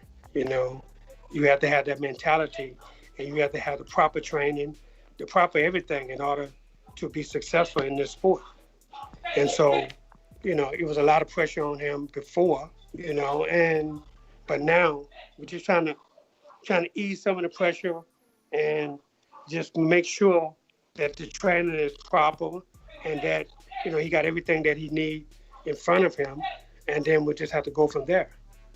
So obviously you assessed his punch resistance in the Charlo sparring, right? Because, again, as a fight fan or a commentator or someone that talks about the sport, you look at a person and it got knocked out and you think he can be knocked out again.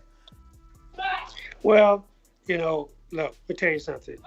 He did a lot of rounds with Jamal when Jamal fought Sergey. And I'm talking about by himself. So I know he can take a punch, but look, a knockout always mostly happens with punches you don't see. And I went back and watched the fight with Centennial, and Centennial stepped over with a hook and he never saw it. So that was just one of those shots. But, look, anybody can come back from a knockout. And, he did. He came back from that, and he won a few fights after that. But now, we're going to see what we can do with him to make sure that he's properly prepared and properly ready to get back in there. Now, do you see world title potential in him, or do you just want to make sure that he can make a couple of dollars because his career didn't go the way that it went, and you want to navigate that and help him, as a trainer as much as you can? Well, as a trainer, you always want to see the guy be able to reach the top, and I think Aleem has that. He has that, whether that's going to be at 54 or 60. I got to see what the strength is going to be like for 54. If I don't feel the strength is he's going to be strong enough to keep that, then there's no sense in us trying to chase 54 when we could just easily be strong at 160 and fight there. he has the the kid has the potential to be a world champion. So, and like I said, I watch a lot of his fights, so I know when he's on, and when he's not, he's not. But the thing about it is with the training that he was having before, he wasn't never properly prepared. So now we're going to see when he's really prepared if this is going to be the best thing for him. Coach, you being in the know, would you happen to know about your former sparring partner for Jamal Charlo, Luis Arias? Yeah, I know Kubas. Yeah, I know, but there's a possibility he's going to be on a Mayweather Logan Paul undercard facing Jarrett Hurd. But I want to hope he's not going to move down to 54. He's never fought at 54. Have you heard anything? Because Hurd is a 54-pounder. Well, Hurd is a 54-pounder that walks around 190. But he made 54 versus Santana. He makes it. No. I mean, I'm gonna give him props. He makes it. But I don't know if they're doing a catch weight. I don't know if they're fighting at 54. I don't know how strong Arias can be at 54. That's because what I'm saying. I know Hurd can make 54. Yeah. And easy. He makes it easy. How he does it, I don't know. But I know he makes it easy. So, my thing is that, he has to, if Kuba's trying to make 154, he has to do a lot of work because it's going to be harder for him to make it than I know Jarrett Hurd.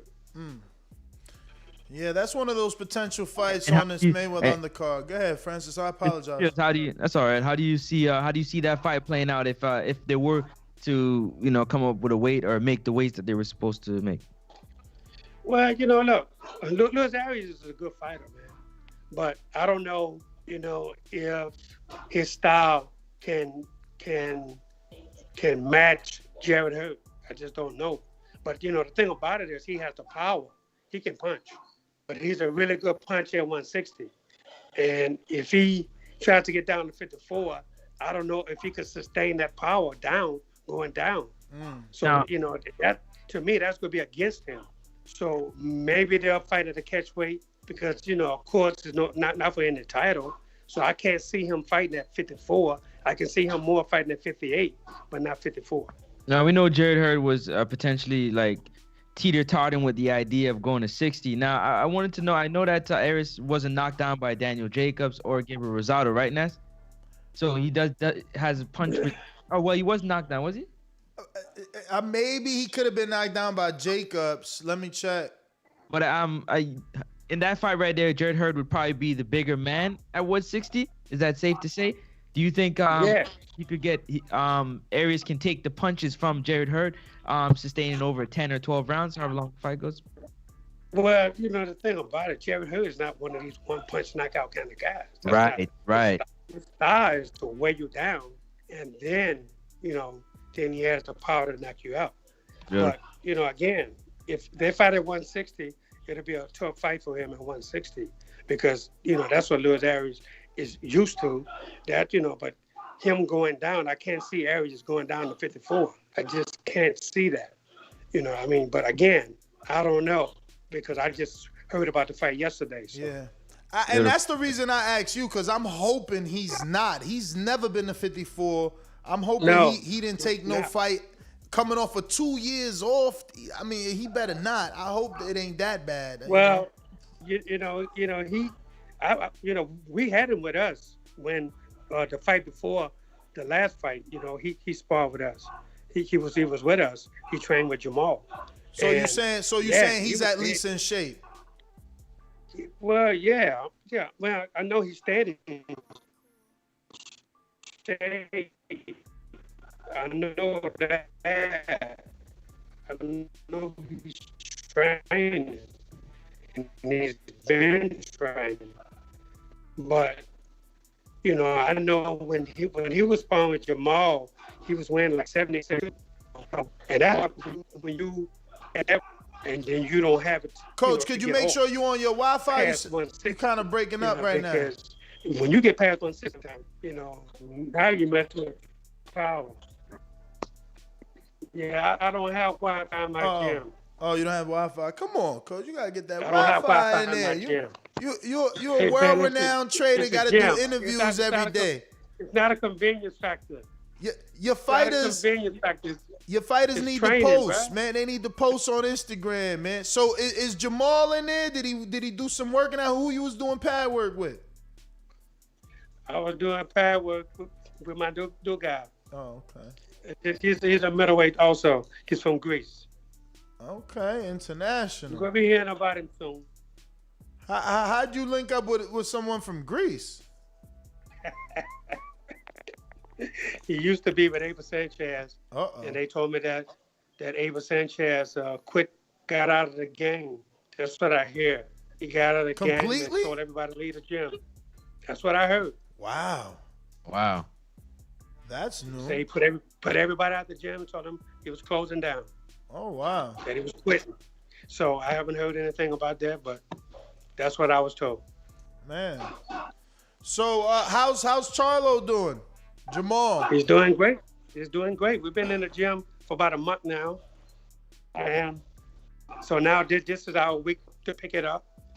So, and we're going to start sparring maybe in another week. What's that date? June 12th?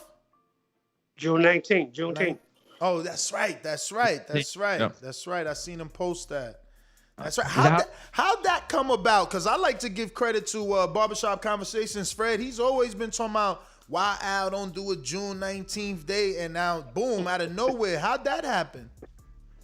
Al Hammond. He decided, our original date was June 12th. Mm-hmm. But then he decided, you know what? It's a holiday for African Americans in Texas because, this is when the slaves in Texas found out they were free on Juneteenth. So he said, you know what? We're fighting a Hispanic guy. Let's do it June 19th at the Toyota Center in Houston, Texas. Mm-hmm. Now, we got educated on that not too long ago when Charlo announced it on his Instagram, and some of our callers said that is kind of a Texas thing only. But do you think that it will? But would it translate further than Texas because of the fight? You think and the promotion, or it doesn't necessarily need to? And are there fans allowed? Yes, there are fans allowed. It's at full capacity. And what's that? What's full capacity? What venue is that?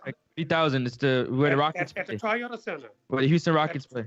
That's why the Houston Rockets play. Yes. Yep. Okay. Absolutely. So what you said? 30,000, Francis? Yeah, about 30,000 can hold.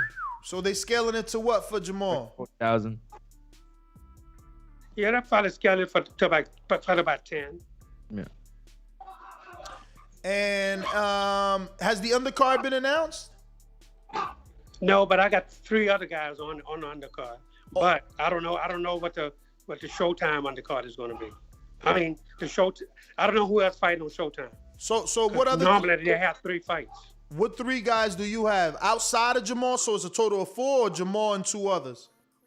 Jamal and 3 others. Okay, who's the other 3 fighting? Yeah, I got my guy Willie Jones. He's a kid from North Carolina that I has. He's a welterweight. Mm-hmm. And I got Ryan Carr. Ryan. Oh, is he's a junior back. Welterweight. Yes. Okay. And then I got a 130-pounder kid from South Carolina named Dazn Lyons. Willie Jones, welterweight. How many fights, Coach? Willie, I think it's 10-1. I think it's 10-1 or 10-2. He's 10-2. I think he's 10-2. But he do a lot of sparring with Maul's brother Jamel. Did he fight Jorge Caputillo's fighter, Luke Santamaria? Yes, he fought Luke Santamaria. Okay. Yeah. And he's from Houston, I'm assuming. No, he's from Florida. He's from North Carolina. He lives in Florida. And how'd you link up with him? I've been having Willie for about 4 years now. Oh, okay. I saw him fight in Miami. And I mean, he fought this Cuban kid from Miami, and beat the crap out of this kid, man. And he got hit with a good shot, stumbled back, but he was okay. But then the referee stopped the fight on it, and I couldn't believe it. I said, ain't no way. But it was a hometown thing, and it was one of those small cards. And that happened to him, and I told him, I said, man, you need to come to Houston. And he did. So, Coach, going back to Jamal, is there a new plan? Because I wanted to ask a question if I could. Oh, go ahead. I just wanted to real quick. I just wanted to ask if Mr. Shields, if you were a part of the process in picking this opponent, or how many opponents was on the table before Montiel was selected. No, they called me. They called me about this guy Montiel. They told me to take a good look at him. Take a look at him. But I knew who he was anyway. Okay. You know, I knew who he was anyway. I know he had just knocked out James Kirkland because I saw the fight. And so I said, look, you know, this kid is ranked number 4 in the world, so why not? You know, so that was the only name that was thrown at me. Normally, if I say, you know, if I give me somebody else, let me take a look at somebody else, then they would, you know, of course they would shoot some other names. But I thought this kid is ranked number 4. Jamal just finished fighting his mandatory, so why come back with, you know, you don't have to fight another mandatory right away.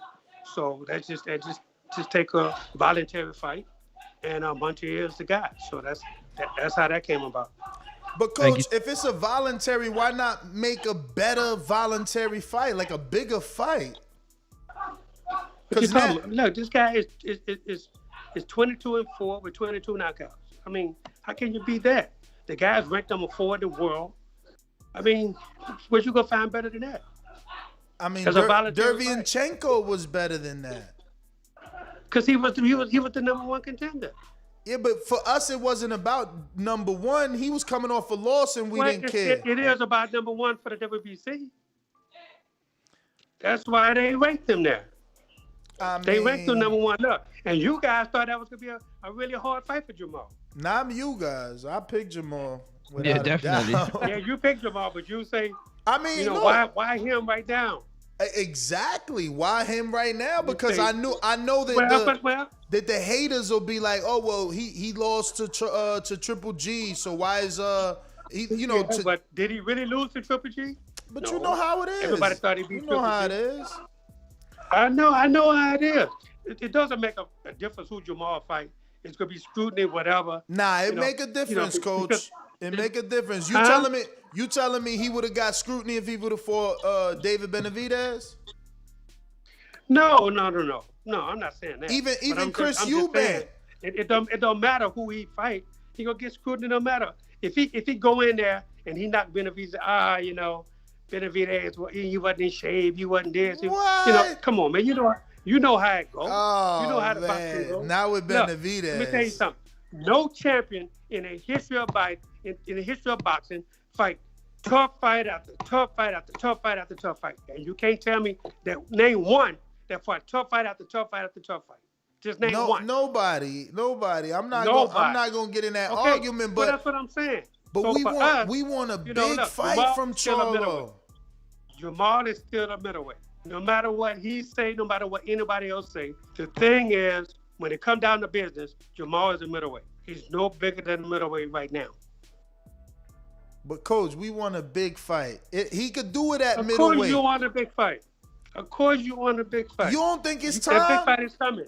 You don't think it's time at middleweight? He been there for a minute now. You don't think it's time to get a name? They say Derevyanchenko was supposed to be the big fight for him. Look, you just gotta wait and see, bro. Come on, man. You know how you've been in this game.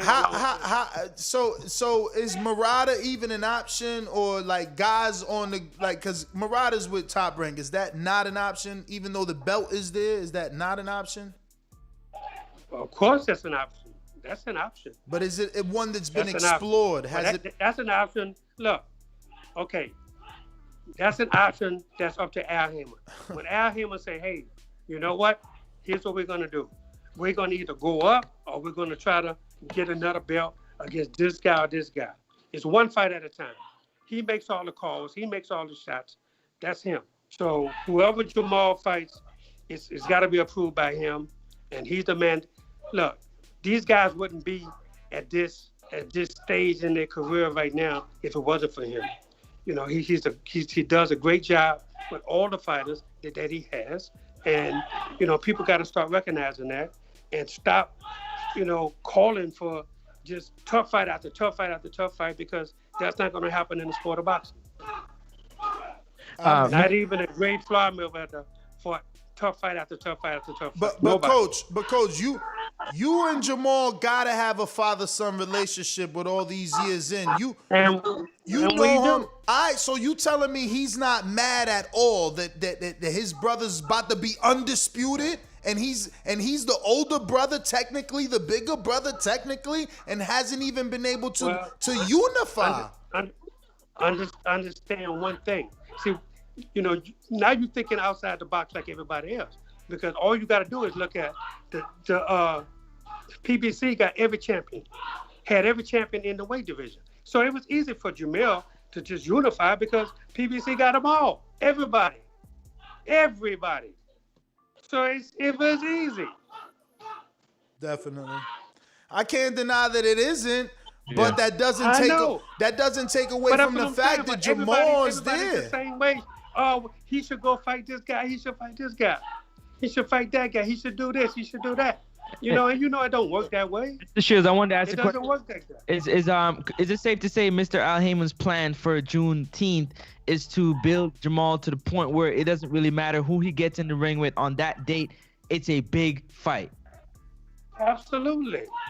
Absolutely, it's a big fight. It's a big day in the state of Texas. It's not a big day in New York. It's not a big day in a lot of other states, but it's a huge day in the state of Texas.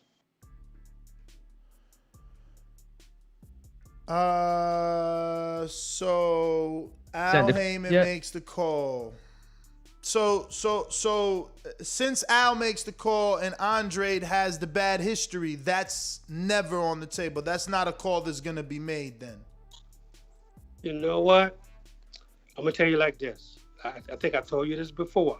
When Andre was supposed to fight Jamel for the title, he was champion, and signed, sealed, delivered through his promoter, and all of a sudden he goes and he signs with Jay-Z, and then he pisses his own promoter off. You know it. Mm-hmm. He pissed his own promoter off, and that's when he got away from him, and he had to pay handsomely to get away from him, and then he wanted to go to Jay-Z, and then he backed out of the fight.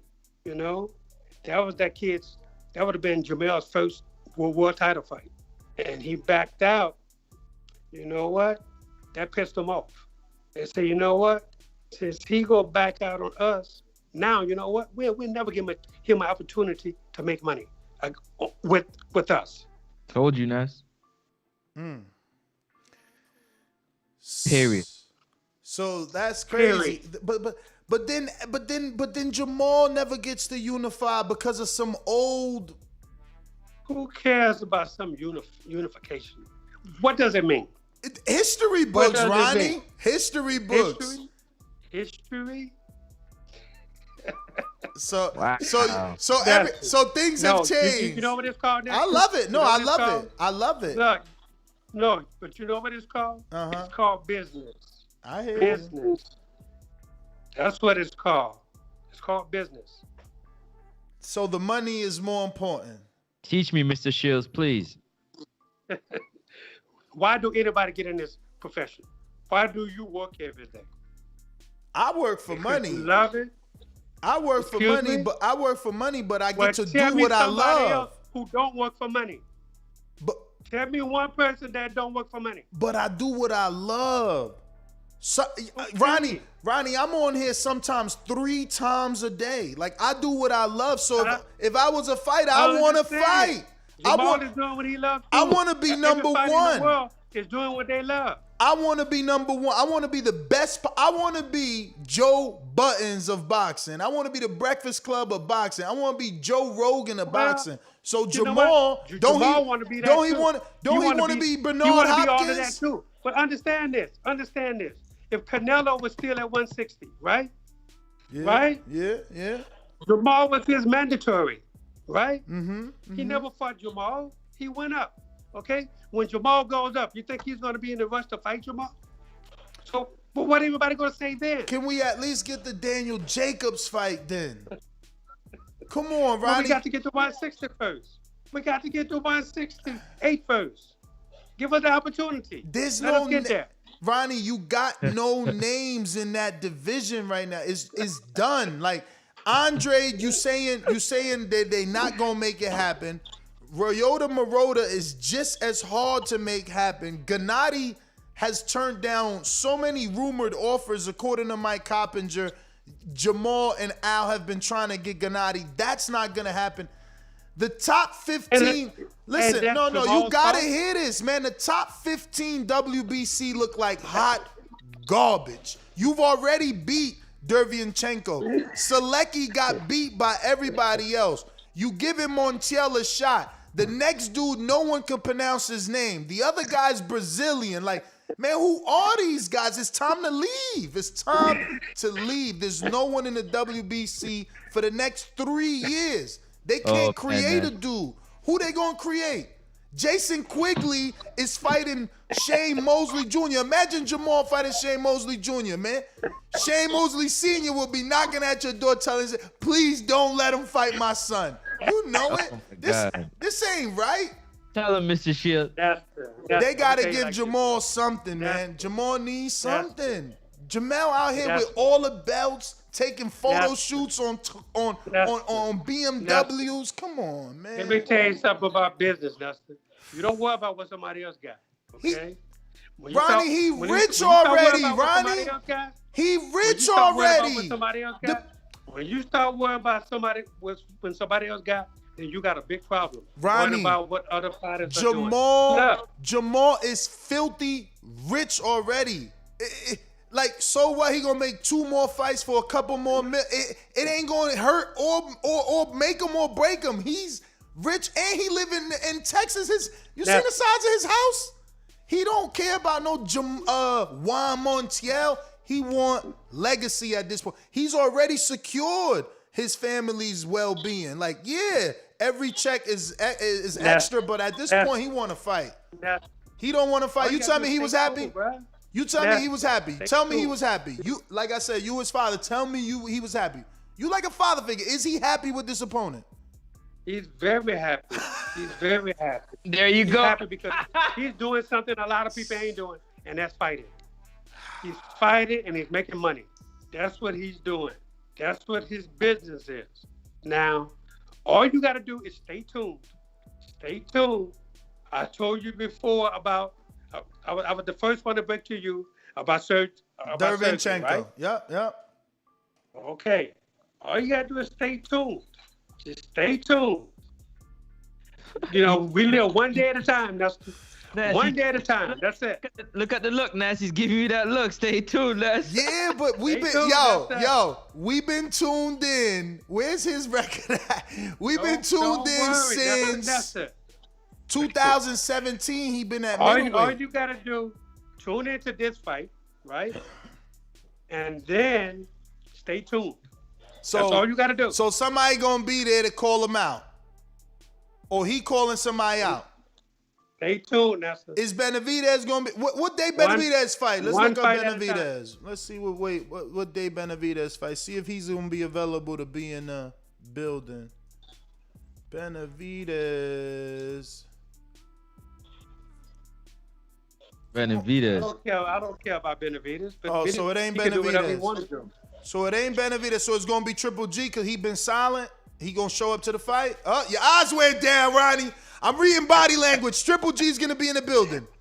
Triple G's gonna be watching Jamal's fight. Oh, he wish. That ain't it either. What she is in the building. I'm telling you, man. All you gotta do is stay tuned. Just stay tuned. That's all you gotta do. Kovalev, Stay Jamal tuned. Charlo next, 175. Kovalev? Hell no. Oh man, see, gotta think outside the box, man. We gotta get a big you fight. thinking, wait, you really reaching.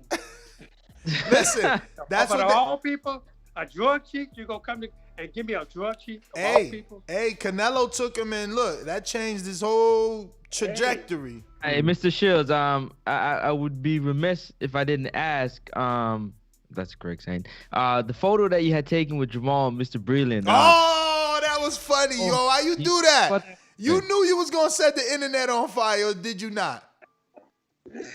Look, man, let me tell you something. So Mark called me up. He said, hey, man, I'm in town. you know, he called me up the night before. He said, I'm in town. I said, why don't you come by my gym? He said, okay, I'll come. I said, well, you know, I say, but I'll only be here for like a couple of hours because I'm going to train Jamal at his house. I said, if you work to come with me there. He said, okay, I'll come with you.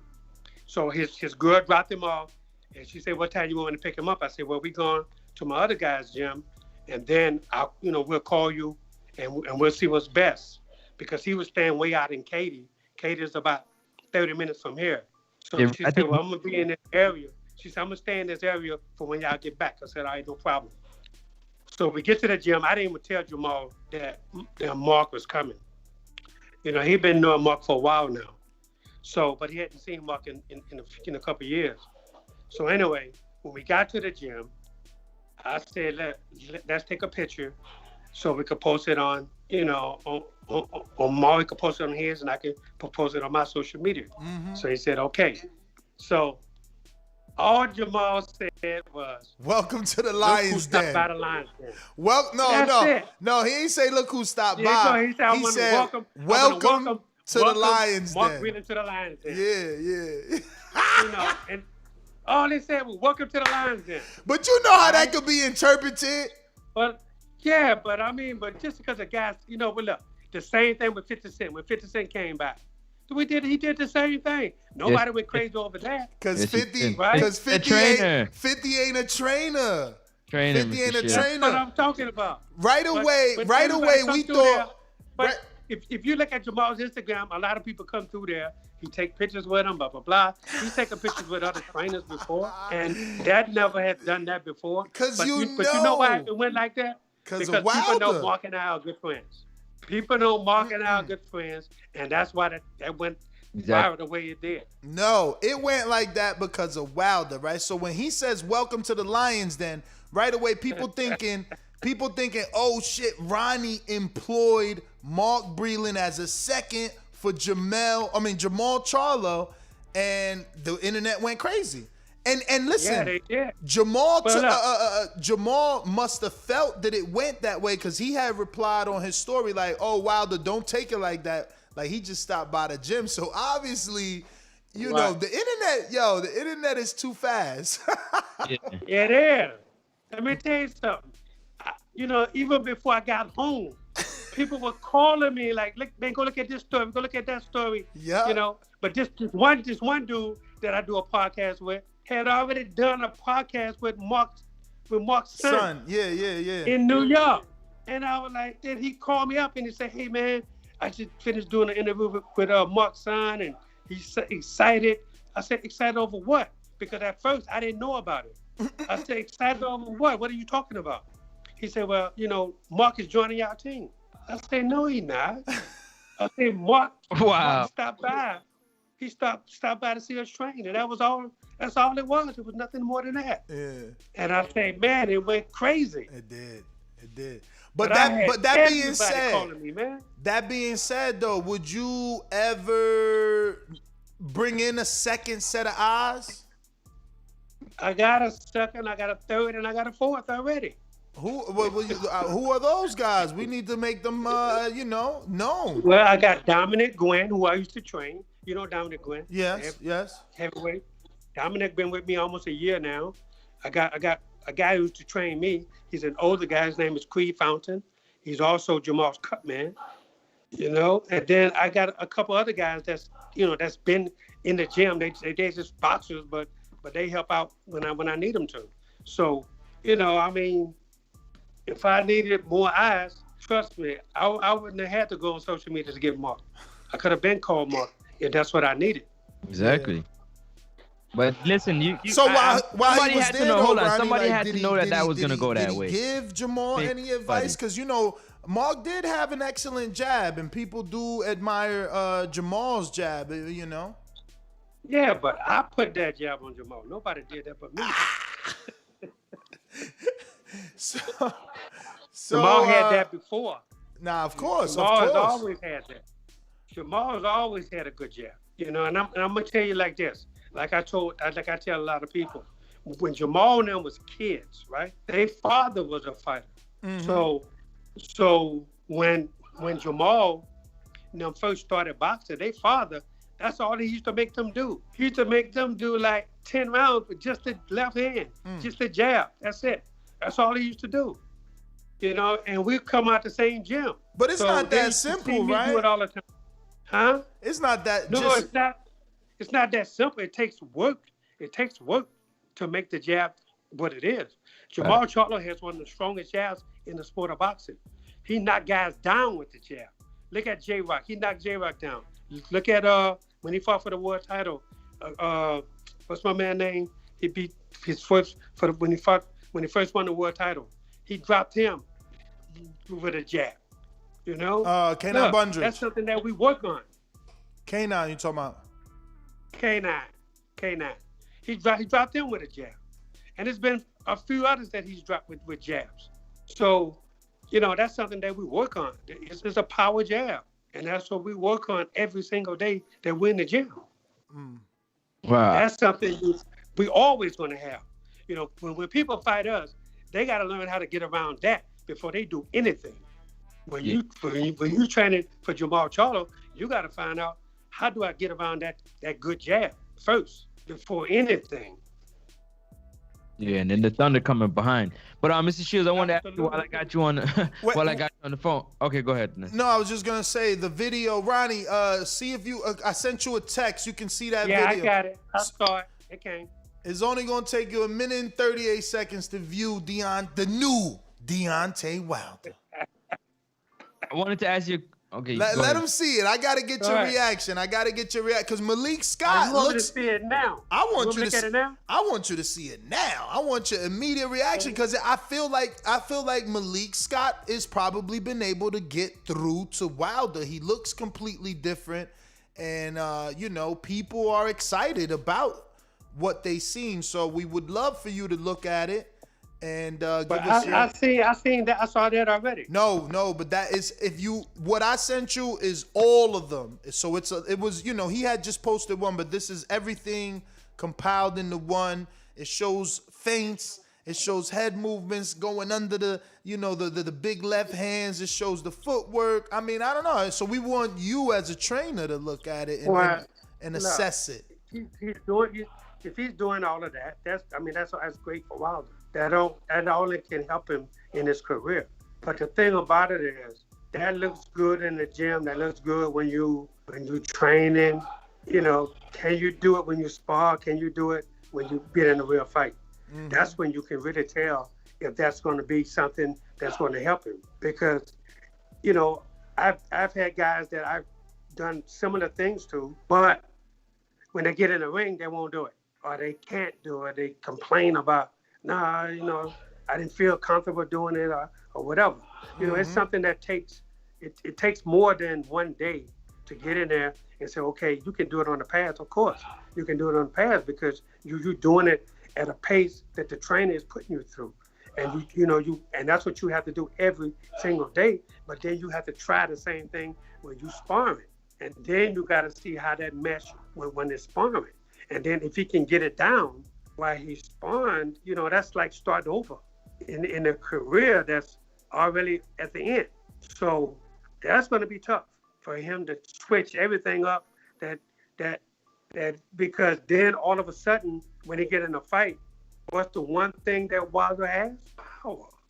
He's going to say, all I need is my right hand, and that's going to get him in trouble again. I mean, but if he's working on head movement and feints, I mean, he's working on setting up the right hand. Yes, no, and that's all good. But can he be disciplined to do it in a fight? You know, he got to be disciplined in the gym first to do it. Then you got to be disciplined in a fight. If you can get the discipline in him to do that, but you know, it's like an old school saying, you can't teach an old dog new tricks, because sometimes they revert back to one thing. I still got my right hand. He forgets everything else and only thinks about knocking you out. He got to be disciplined in the gym. He got to be disciplined in sparring. He got to be disciplined on the pads. And then when he get in a fight, got to be disciplined to do that. That's like teaching the old dog new tricks. Can he do that? That's going to be the thing. Will Wilder stick with that? You know, It's easy to teach fighters to do anything. It's easy to teach them that. But can they do it in the ring? That's when it counts. It don't count in the gym. Anybody could do it in the gym. But when you get in that fight, are you going to be disciplined enough to say, okay, this is what my trainer wants. He want me to move my head. He want me to slip. He want me to roll. He want me to set up that for my right hand. Can he be disciplined to do that? Or is he going to take the shortcut and say, I'm just going to throw the right hand. If I hit him, I know it's over. That's the discipline that you got to get in here. If you don't get that in there, you got nothing. Can he get the discipline over repetition or through repetition? Yes, he can get the discipline through repetition, but it takes time. It takes time. If you don't start that out with guys from the early on in the beginning, it's hard for them to comprehend what you're saying when they get in a real fight, because now this is something different that you're going to throw at him. You're throwing something different at him that he should have been knowing. He should have been knowing that coming up. That's something he should have knew coming up. Well, Mr. Shields, is it safe to say that? Sorry, Nessa. Is it safe to say that making it to the Olympics and even winning the bronze medal, you got to have some type of pedigree? Is it safe to say that? He did. He had his power, which he depended on, and which worked for him all the way through the Tyson Fury second fight. So go ahead, Ness. My thing is, AJ adjusted. AJ made those changes. I mean, Yeah, he did. He did. But against one guy, against the guy that knocked him out, he did. But understand something. AJ, when he fought Ruiz the first time, he came out boxing the way he's supposed to. But then all of a sudden, when he hurt him, boom, his clock went off. I heard him. So now I just got to hit him with that one good shot, and that's it. But he was disciplined at the beginning, but then all of a sudden when he hurt him, he wanted to go after him and get it. But he didn't stick with the discipline. But in the second fight, he did. He boxed the way he was supposed to box, and he did what he was supposed to do. Now, can Wilder do that? Can Wilder hit him and then just stick with what he's supposed to be sticking with? That's going to be the question. Who do you find to be more athletic? Anthony Joshua or Deontay Wilder? Anthony Joshua. I think he's more athletic Wow. because he's more disciplined. Go ahead, Ness. I think he's more disciplined. I wanted to ask the possibility of Tyson Fury facing F.A. Ajagba.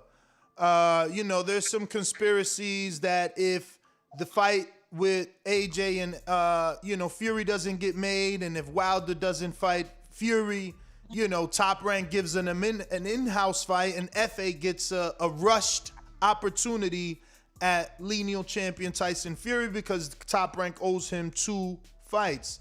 If that were the case, does FA have more than a puncher's chance? No, not at all. He's not ready for that. Do you think that they would offer him such a fight? Based off those circumstances, based off the AJ Fury not happening, and Wilder also, let's say Wilder Fury also doesn't happen. They got to give Fury 2 fights. Yeah, FA has a puncher's chance. That's all it has. But it's slim and not, because he's never been in a ring with somebody as big as him, bigger than him, and a guy that knows much as like Fury. Fury's gonna frustrate the hell out of him. And, I think it's a rush job, but look, dollars make sense. And they can always say, he can come back if he loses. But exactly. That doesn't work for everybody. That doesn't work for everybody because sometimes, you lose, you get knocked out, and I think he will get knocked out. You get knocked out, it's hard for a guy like that to come back because he's known as a puncher, So it'll be difficult for him to come back. And Mr. Shields, but he can do it. You can do it. I love it. Can you give us your breakdown of Canelo Billy Joe Saunders? I think if Billy Joe, if he just beat Billy Joe, all the odds are against him right now, and even his own promoter is throwing him under the bus. And the thing about it is, man, this is you can't have a heart, is what they telling you in this sport, because then you depend on people to put you in the right fights with the right amount of money to do this, to do that. Do we have a chance? Hey, I think he does. He's a good boxer. He's a smart guy. But, if he doesn't knock Canelo out, he's not going to win this fight. Just simple as that. He goes to distance, he loses. No matter how close it is, he's not going to win this fight. And, sometimes it's hard when you got the same promoter because, you can already see that Eddie Hearn is favoring Canelo. Everything is Canelo this, Canelo that. And I get with you dissing a guy that's been with you all of this time, for a lot longer than, but look, man, this is boxing. That's the way it is. Don King did it. Aaron do it, So, Mr. So Shute, why can, not? can I ask you a question? A lot of people, when the community of boxing say this is boxing, this is boxing, this is boxing, people get offended because they don't understand. Like, what do you mean that by this is boxing? Like, oh, this person got robbed. Well, that's boxing. Well, that happened. But that's boxing. Like, can you give us your take on that? Well, man, for me, I've always said, look, man, everybody got a responsibility in our sport. People always claim they love this sport, they do that. You talk to judges outside of the ring, they holler about they got in the sport because they loved it. But still, when you see some of these decisions, you'll be like, oh, come on, man. A blind man could have seen that this guy won this fight or that fight, and all of a sudden, favoritism. It's too much favoritism in the sport, and, it's too much money in the sport for the favoritism too.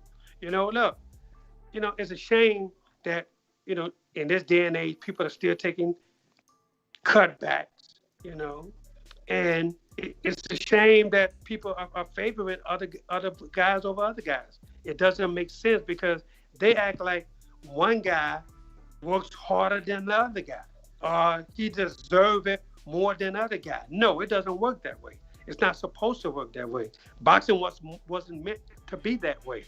This was supposed to be a mano a mano. That's what it was supposed to be. And, you're supposed to have judges that's not supposed to be biased by anything. They're supposed, you're a judge and you're appointed because of one thing, because, they value your opinion, that you're going to do the right thing and vote for the right guy. But, look, in our lifetime, we've seen so many bad decisions in our lifetime that, I think we've gotten used to it. And we just take it like a pat on the back now. Nobody complains about it. Nobody does anything about it, and it's blatant sometimes. You can see a guy blatantly lost and he won. And it happens in our sport.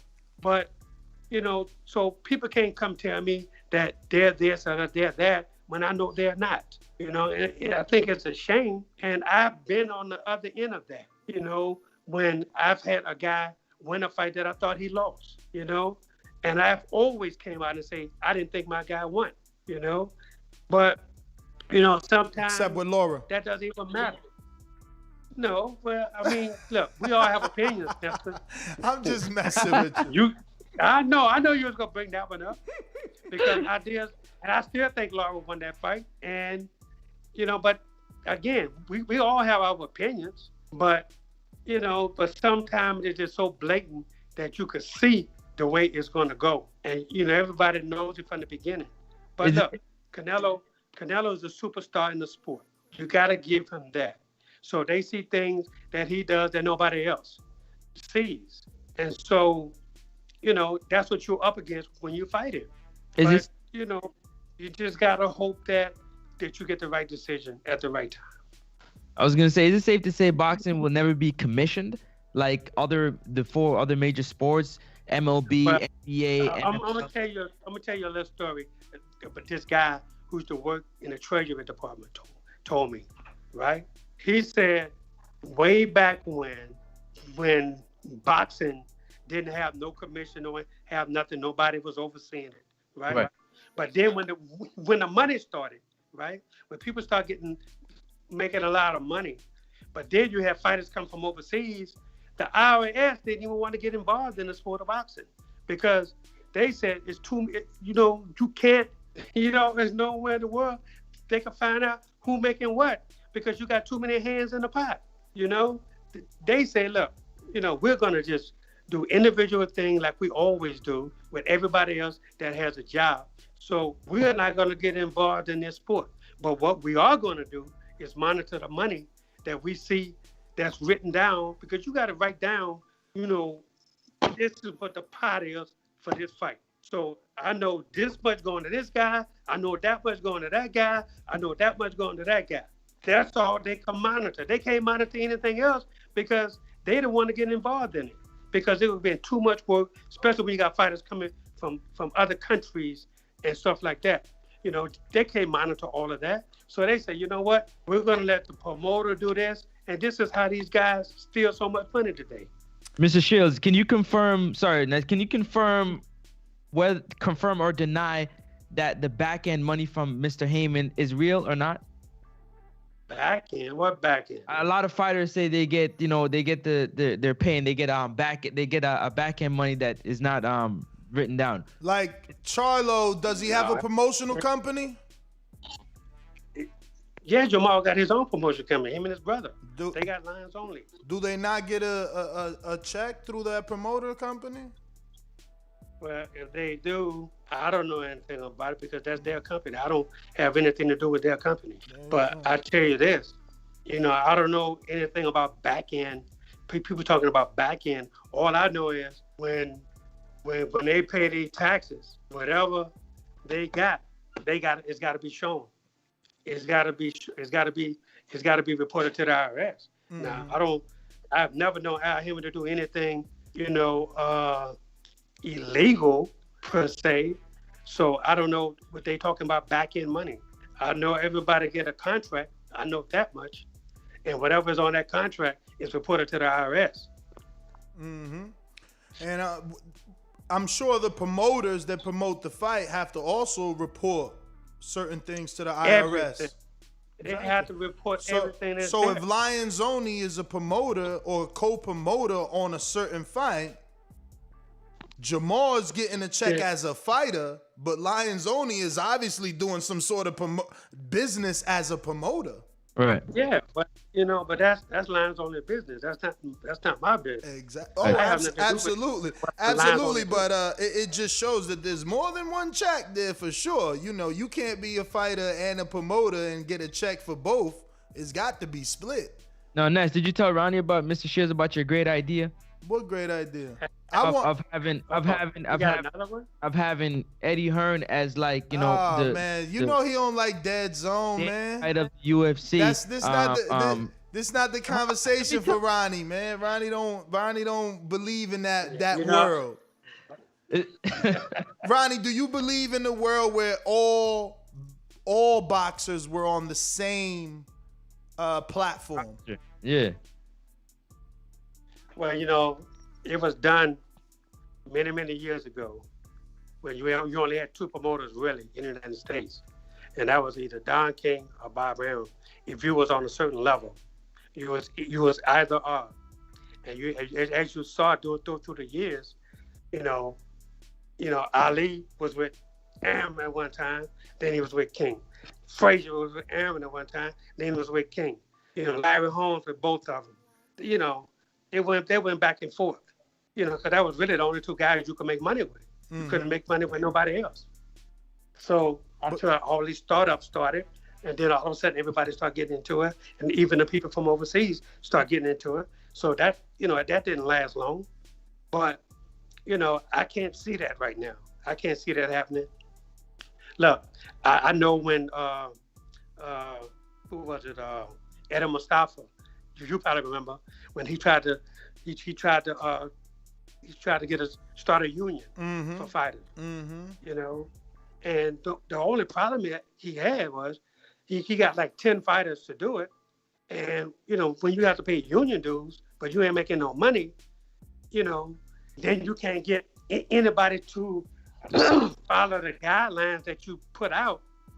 No promoter wanted to follow their guidelines, And so these guys were like, hold up, we paying a union doing it, you ain't doing nothing for us. Because, Eddie had a great plan. He wanted to have, like, for 4-round fights, you can only make a certain amount of money for 4, 6, 8, 10, 12-round fights, which was a great idea. But the problem he had was he couldn't get fighters everybody to come together to do it because, how you go get a fighter from Mexico, from China, from Japan, from Germany, to join this thing and then pay union dues. And then the union's supposed to fight for you to get a certain amount of money per, fight. Whether you're fighting 4 rounds, 6 rounds, 8 rounds. But then that has to change when you're fighting TV 4, TV 6, TV 8. It's too much. It's too much. And it didn't last. And I commended Eddie for trying to do something like that. But when you have a workforce that's all, that's in every country. It's hard for them guys to say, we don't even know this guy. How can he tell us, we're supposed to make this amount of money or that amount of money? Now, that worked good for startup fighters, which is good. But once you start getting at a certain level, you don't want to be capped at making a certain amount of money. Especially when you got TV involved. So what is it gonna take to get a UFC sort of going? Like, most fight fans believe if we had a UFC model, if there was one man pulling the strings, we would get all the fights. We wouldn't worry about, all the hoopla that boxing goes through. Like in the UFC, the best are fighting the best consistently. And there's also pay-per-views every month. So they're not, their fans are willing to pay, and they're bleeding us. I mean, June is bringing us like 17 pay-per-views. Call it pay-per-view month. I'm like, it's crazy. They're killing us in June, man. But, I don't know anything about MMA, so I can't comment on anything about it because I know nothing about them. I don't watch them, and I just don't know anything about them. I just read some things about some guys complaining about the money wasn't nothing, that they wish they could get more money. That's why a lot of them want to turn over to boxing because the money is so much better there, and they're not capped at a certain amount that they can make, and, those guys, they take punches with them, their small gloves on that they have. Ain't no one in the world somebody gonna hit me with that little bullshit that they get hit with. Hey, Coach, so are you saying that the Al is finally gonna feed Laura to Jamal? That's the big call out? I'm not saying anything. I mean, I know Laura is moving up and he's fighting for Thomas some Lamana. regular WBA. Yeah. He's fighting for a WBA thing, but Jamal has nothing to do with WBA right now. So that's, maybe they want to go a different route. So I that don't won't. know, maybe. So you saying just because Laura's fighting for WBA, the next fight couldn't be Laura versus Charlo because they both in different sanctioning bodies? Well, that haven't been brought up to me. Nobody said not a word to me about anything about that. I just read the other day where he was fighting for some WBA, regular title. Yeah. I mean, I didn't know nothing about it. So. Well, all right. That's not my concern. All my concern right now is June 19th. If it ain't Laura and it ain't Benavidez, you've definitely confirmed those two. Maybe Triple G. That's the only one where your eyes went down. You gave different body language when we said Triple G being in the audience. See, now you're giving us the little giggle, innocent laugh. It might be Triple G. But listen, Ronnie, I don't want to keep you any longer. I know you got guys in the gym, man. I have to go change them all now. Tell Jamal that we still patiently waiting for an interview and we love him, and I would love an invite to go see him train. Francis actually gets into town May 13th. He'll be in town. Francis is from Canada, my co-host that you see there, and he'll be in town May 13th. He'll come into the United States, so we would love to fly out to Houston to the Ronnie Shields gym and see Jamal. That would be amazing. Yeah. I want to see Jamal. Tell him he hasn't allowed me there since I think it's been like 3 years since I've been there. Yes. For him. Give me a heads up. give me a heads up, right? Give me like 2 weeks before, and I talk to him. And right. You'll get it done for us. I get it done. Thank you, Ronnie. There you go. Thank you very much. Action you shall receive. Speak and believe and receive it. Thank you, Ronnie Shields. We appreciate your time. Absolutely, we will.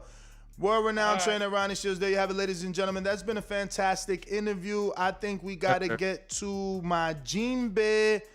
What up, New Jersey? Yeah, what's good, Ness? What up? Shout out to Theo Ronnie. Always great interview. Yes, it is. I pretty much didn't have much to say on the Wilder thing. I think that he definitely seems like he's working on things, which I like to see. I want your opinion though. You think Malik will fight Demetrius Andrade? That's crazy. You just have to understand that, and just like you killed my dreams, man. I'm becoming a world champion by the opportunity and the way you did it. That's how he's looking at it, and they're like, though, well, man. you know, that's it for you. That's it's crazy, tough, man. That's crazy. Yeah. That's so crazy that things are forever. You know what I mean? Like, unrepairable. That's crazy to me. But yeah, let me get to Louisville Slugger with a counter punch. Counter punch. Fellas, yeah, good. What up? Yeah, good interview. Great interview from Ronnie, you know what I'm saying? But I'm glad y'all just brought that up, man. You know what I'm saying? That's what I really wanted to get on. Like, come on, man.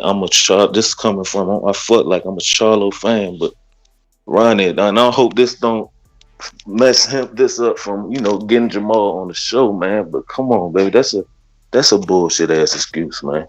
I'm sorry. Like, we need that fight. That's a fight, man. That's a huge fight in my opinion. Charlo Andrade. And Jamel came out and said he'll fight Andrade. He you know what I'm saying? Jamel said he'll fight Andrade. He just was saying he had to come down, but he said he'll fight him, you know what I'm saying? I feel like if he was up in his weight, he'll fight him. Like, I just feel like, man, that's a fight we need to see. That's a big fight in boxing, man. I feel like that's a fight that should be on the level of a Bud Spence, man. If that beef go back deep in the neck, you know what I'm saying? So that's a huge fight, man. Hopefully we can still get it, because I just feel like that's not a good enough excuse not to make that fight, man. You know what I'm saying? Especially that's big, man. And, you know, I just wanted to shout out Hurd. I'm excited to see Hurd, you know what I'm saying, on that Floyd undercard too, man. He gonna be back. You know, a lot of people shitting on him because he got one loss. You know what I'm saying? He about to bounce back. You know what I'm saying? He was doing what Ronnie was saying, nobody fight, tough fight after fight. Cut it. I mean, talk to me. Just like the king is what I mean. The king is what I mean.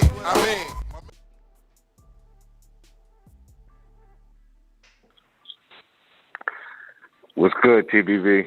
Buenos dias. Good. Great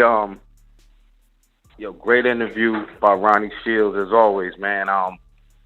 He said something important about that self-discipline, man, and I like the fact that he was pointing out things that I kind of, you know, I was highlighting to myself, and I made a point on the show a few times. Like, when you see AJ do it, and I hope I don't speak Coyote up, he probably gonna call in after this.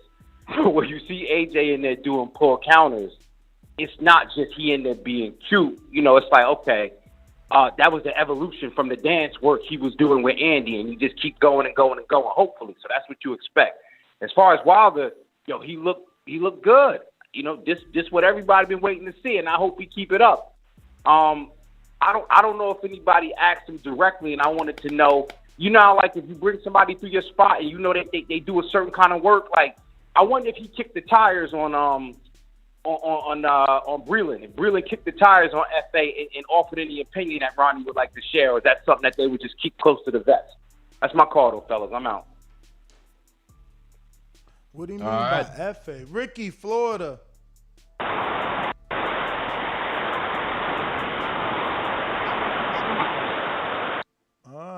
Ricky just unmuted. I was going to you, Ricky in Florida. Let me know if you rocking out, because you just okay. There you go. Yo. What up, man? What up, fellas? What's up? I like it. You know, I'm a Wilder fanboy. I don't care what nobody thinks. So I'm happy to see the champ looking soft, working on what he got to work on. But I agree with Ronnie. At the end of the day, when you a fighter and you're back against the wall in the fight, you go to what you know. So I would like to see Wilder. You know, I want to see him fight Fury if he can, because I think he can beat him. But if he can get a tune-up just to do what Hurd did, like Hurd working on his game, I wouldn't mind seeing Wilder get a light touch just to work out what you're working on. As far as the Ronnie interview, that's not a great interview. But Ronnie, if you and Mom, that's why y'all logically agree, ducking Andrade, then we gonna hold y'all accountable. Y'all can give us that excuse, but best believe as a fan, we know it's bullshit, so we gonna hold y'all accountable. At the end of the day, if you from the hood, if somebody fucking with your little brother, you go handle that. So this man playing with your little brother, go handle that if that's the case. But at the end of the day, if y'all don't fight a meaningful fight after this bum fight, then the fans have to hold y'all accountable, no matter what y'all say. So I'm a Charlo fan, but best believe, after this fight, if it's not Jacob, Triple G, Murata, Andrade, or Benavidez, it's gonna be a problem. Them seats ain't gonna sell no more. We not tuning in for that shit. Fight somebody meaningful, please. And don't blame it on Al, and then in the same breath say, I'm my own boss. It can't be both. You either listen to Al, he the man, or you the man. But it can't be both. That's my call. Ricky. Great call, man. Myers, Boomerang. Oh, Boomy.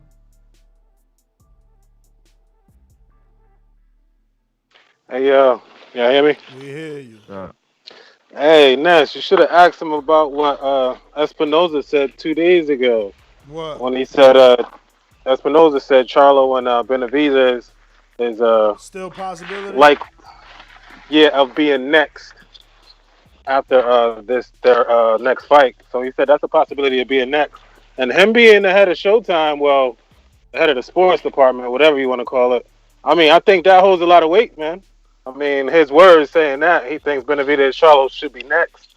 Because he said if, obviously Canelo's going to be busy.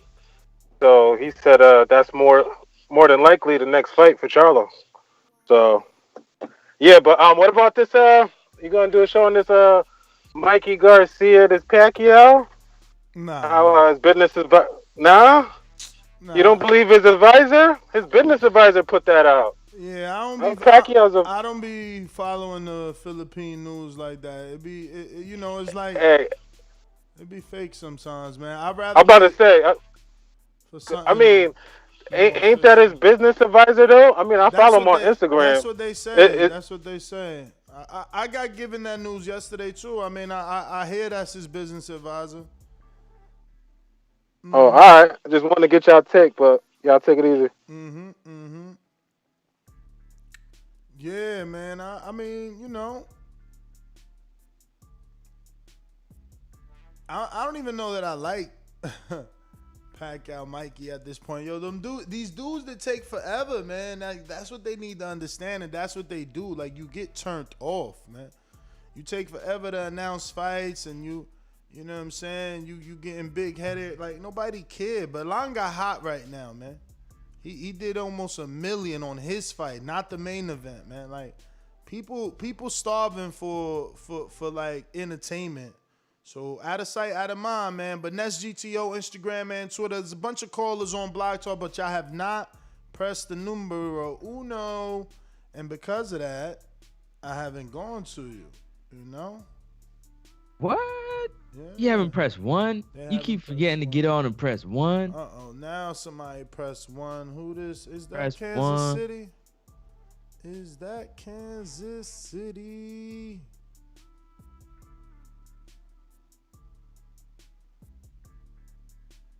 No, it's not. No, it's not. This is a new caller. It looks like a new caller. Who's this? Indianapolis. Who's this? What's happening? What's up, brother? Who's this? Corey. Corey, what's going on? Nothing much, man. I just wanted to give a little feedback about all the chat about Deontay Wilder. I always find it really interesting that everybody forgets that. Now, we all know that Deontay Wilder is not an extremely technical boxer, but we forget how Wilder was boxing in the beginning of his career before he started getting closer towards about 30 knockouts in his career. He was boxing.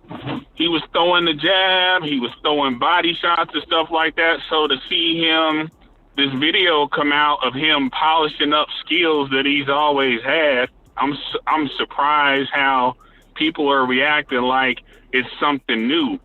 He just got comfortable with that right hand and being able to sleep people with the right hand, and he kind of stepped away from his fundamentals, the little fundamentals that he did have in the beginning, and now he's just polishing them back up. That's my take on, the video that we've seen recently come out about Wilder. All right, brother. Well, thank you for calling in. We going out to David Maldonado. What up?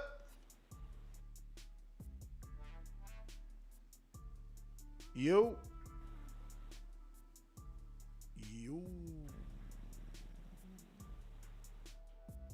All right. Well, let's see here. Who's that? Who next? We going out to Getty Harlem. Talk to me, greatness. What up? Greatness. We hear through the grapevine that Karma reached out to you personally trying to get you on his Wisconsin card, man. Is that true? He said he reached out to Yeah. He reached out to me. He said he reached out to you and that dude King from Florida, and y'all both said no. Is that true? Damn, man. But I definitely spoke with Karma through text message for sure, and I told him I wasn't gonna be able to make it to the Wisconsin. Okay. But again, man, ain't nothing changed, man. Don't count me out just yet, man. I'm still on my side striving, and we gonna make it work, man. But as far as on the call, as far as the topic, I'm excited to see Wilder back. What the caller has said just before, I agree. It's good to see him, to polish up the skills that he had already have. Because when I first saw Wilder, I said to myself, he got natural ability. He's an athletic dude, and when you got talent, all you got to do is just work hard. So we know that hard work beats talent any day. So he got enough talent. He got that strength. You feel what I'm saying? So it looked good, and just like what Ronnie Shields said, shout out to the coach. Definitely good interview, by the way. But just like what Ronnie Shields said, it got to be able to be interpreted in the ring. So I think Wilder can do it. You dig what I'm saying? And once again, man, shout out to these fighters. Health is first, man. Shout out to you, greatness. But you got to finish the end of the quote, man. But only if talent doesn't work hard. Continue, Ness. Word. JP Long Beach, what up?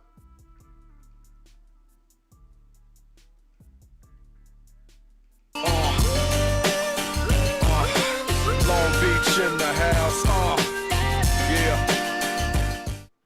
And shout out to the hardest working podcast in the YouTubes and on YouTube. I'm glad to see, man. I've been in a lot of arguments back here on the back call. Brandon Maurice and Coach Myers, they was like, I can't wait till my King come back. So I'm happy for them that Wilder's back, that King is back. He out there fainting and dipping and dodging and pull countering. So it's looking good. I'm happy for them. I'm happy that we got some respect on Juneteenth. Now the whole, I'm not kind of up on it historically, but I understand that this is our new holiday, whatever. So put some respect on it. For Texans. Oh, for Texans. I don't know what is some kind of liberation of slaves, whatever it was. I'm excuse me for not being educated on that, but I'm happy to see brothers, trying to put it together on that holiday to put some respect on it. We ain't gonna listen, man. I've been arguing for years where, it's always been a tug of war with the legacy versus the check. And Ness, you did a good job trying to argue for legacy. But I think Ronnie put it in a perfect nutshell for us all. Hey, who the hell goes to work for something other than money? Let's keep that in mind, guys. Let's try to keep that quick phrase in mind, because we always have this tug of war. We want these guys to go out there for the guts and glory, but I always think that's just us romanticizing a bit, and it is a business. That's my call. JP from Long Beach. Thank you for your call.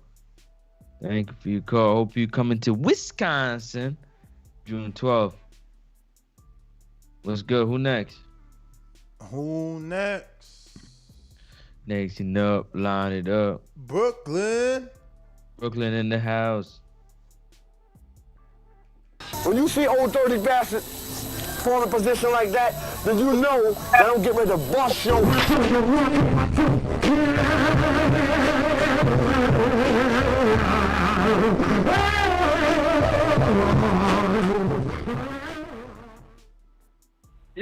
Yo, you hear me? You hear me? Yeah. Peace, everybody. Peace. Listen. Yo, I saw the video. It's like he saw the gypsy. The gypsy said in the crystal ball, like, yo, ball, go get busy. He got the power pellets from the Dollar Arizona. Yo, he back, y'all. He back. He's back. I'm so excited. It looks like that Fury thing is jumping off your Francis. You know, I'm going to try to crash the 18-wheeler. I'm going to try to crash the 18-wheeler through the venue. You know, true story, while you watching Maury. You know what I mean? But like I said, y'all, I'm so hyped. Yo, he's back, y'all. He's back. Yo, he looking like a Diesel Canelo. Ness with the head movement. Boom, boom, boom, boom, boom, boom, boom. You know? I'm hyped up. It's on. Let's get it on, y'all. Peace. All right. I hear you. He said Diesel Canelo. Diesel Canelo. I hear you, champ. I hear you. Shout out to Born. Don't crash the truck through the venue, though, please. Brandon. What up? Hey, whole nother time zone. Jumped up from back with our mind on. Can't play when you here, get your life stole. If you bring it here, then the price grow. Folks jabbing and punching the line long. I drop a pigeon, let 9 go. We slap with the thick glass and white go. This only happens in Ohio. Yes, Francis, what's up? Can you hear me? What's goody? Yeah, man, chilling. Good interview from Ronnie, but man, I agree with you, Ness. That legacy and money debate, it's always kind of weird to me because people act like your legacy fights be for peanuts. Your legacy fights, usually your big fights for the most money for the most part. So I don't understand why people act like legacy fights, you ain't gonna get a pay raise. I mean, them your big fights. They gonna come with the most. Yeah, but these 6 Charlo fights, those was that's the generational wealth. Let's say it's $1 million each, you know, take home, you know, like you good. Yeah, but shit, a Triple G fight, you gonna triple what you made in your last 6 fights. You Triple G, Canelo. But that's why. But that's why I think they doing it this way, cause it's like if he loses, he got the money to fall back on. Cause that's what he said. Like, not everybody comes back from a knockout, and look at Peter Quillen. It just ain't been able to click for him after the knockout loss to Daniel Jacobs. I get it, man. It's boxing, you know. I'm getting sick of this shit. But as far as the Wilder, man, hey, I ain't go. That's the coldest 20 seconds I ever seen in my life, man. that 20 seconds was the truth. He was dipping and diving, and man, he could beat anybody off that 20 seconds. I'm sold, man. He don't need no tune-ups. You see how Malik Scott was bouncing back off that power, man? Hey, put him in there with anybody, man. Off that 20 seconds right there, my nigga. Nah, Brandon, they believe he's faking it, man. He's playing for the gram. Brandon on him. He on him. Brandon on him. And shout out to Malik Scott, man. That's my fellow Horn Dog brother, man. If y'all ain't checked out his IG, check him out, man. I mean, that's my spiritual brother, man, from another. He be on what I'm on, if you catch my drift. So shout out to Malik Scott. I want to see that brother win, man. That's OnlyFans, man. Need to, you know, we need to be winning, man. So shout out to me. Yeah, that's my call, man. That 20 seconds was the truth right there. Bud, man, put out a 20 seconds like that, Bud, so I can, so I can get all hot and bothered up to 20 seconds like these Wilder fans are, Bud. I want to see you do 20 seconds of good work. That's my call, man. Y'all take it easy. All right. Yeah, he need to put 20 seconds of that Shakur footage out. Yeah. Shakur ain't out here thinking he the best in the world for no reason. He touched Crawford up. 60 seconds. Yo. What up? Yo, what's up, fam? What's up, guys? I just wanna, I'm just getting tired of this shit, like not seeing the fights that we want to happen, bro. It's seeming like in the amateurs, the fights that we want to happen is only happening. Like, I don't know how long, I'm a lifelong boxing guy, but this shit not popping, bro. It's just like in the excuses and all this kind of stuff. It just, I want to know how long. My question for the boxing boys overall period is how long can y'all tolerate this? I'm gonna hang up and let y'all listen, but this is ridiculous, man.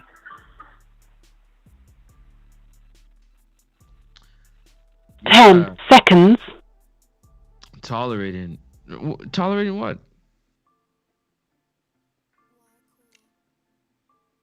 I don't know. Like, I mean, it is, you're not really tolerating anything, you know what I'm saying? This is how, like you just heard Ronnie said, this is boxing.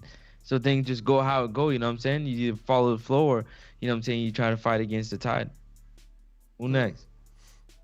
Ness, GTO, Instagram, and Twitter. I think my Gmail is a boomerang. My Gmail, what up? And that Cash App is what? Ness, GTO. Yo. What up? You boomerang, right? Yes, sir. So pretty much, how long are we gonna tolerate boxers not fighting each other? I mean, we've always tolerated it. It's part of boxing. How many fights? I mean, that's why exhibitions work, man. That's why exhibitions work. Both fighters get paid. Yeah. I mean, Juan Ma and Gamboa. I wanted that fight. I mean, I cried for that fight. And it didn't happen. It's just part of boxing. It's the sport that we love. We can't really get away from it. It's gonna get you back. I mean, it's like a drug. But yo, great show. I'll talk to y'all later. All right. That's GTO, Instagram, and Twitter. Catch us on the next one. Yeah, you don't know to catch me, man. Francis from Canada. Next up, Sports Talk, NEXUP, Sports Talk. Also, the Weigh in Boxing on IG.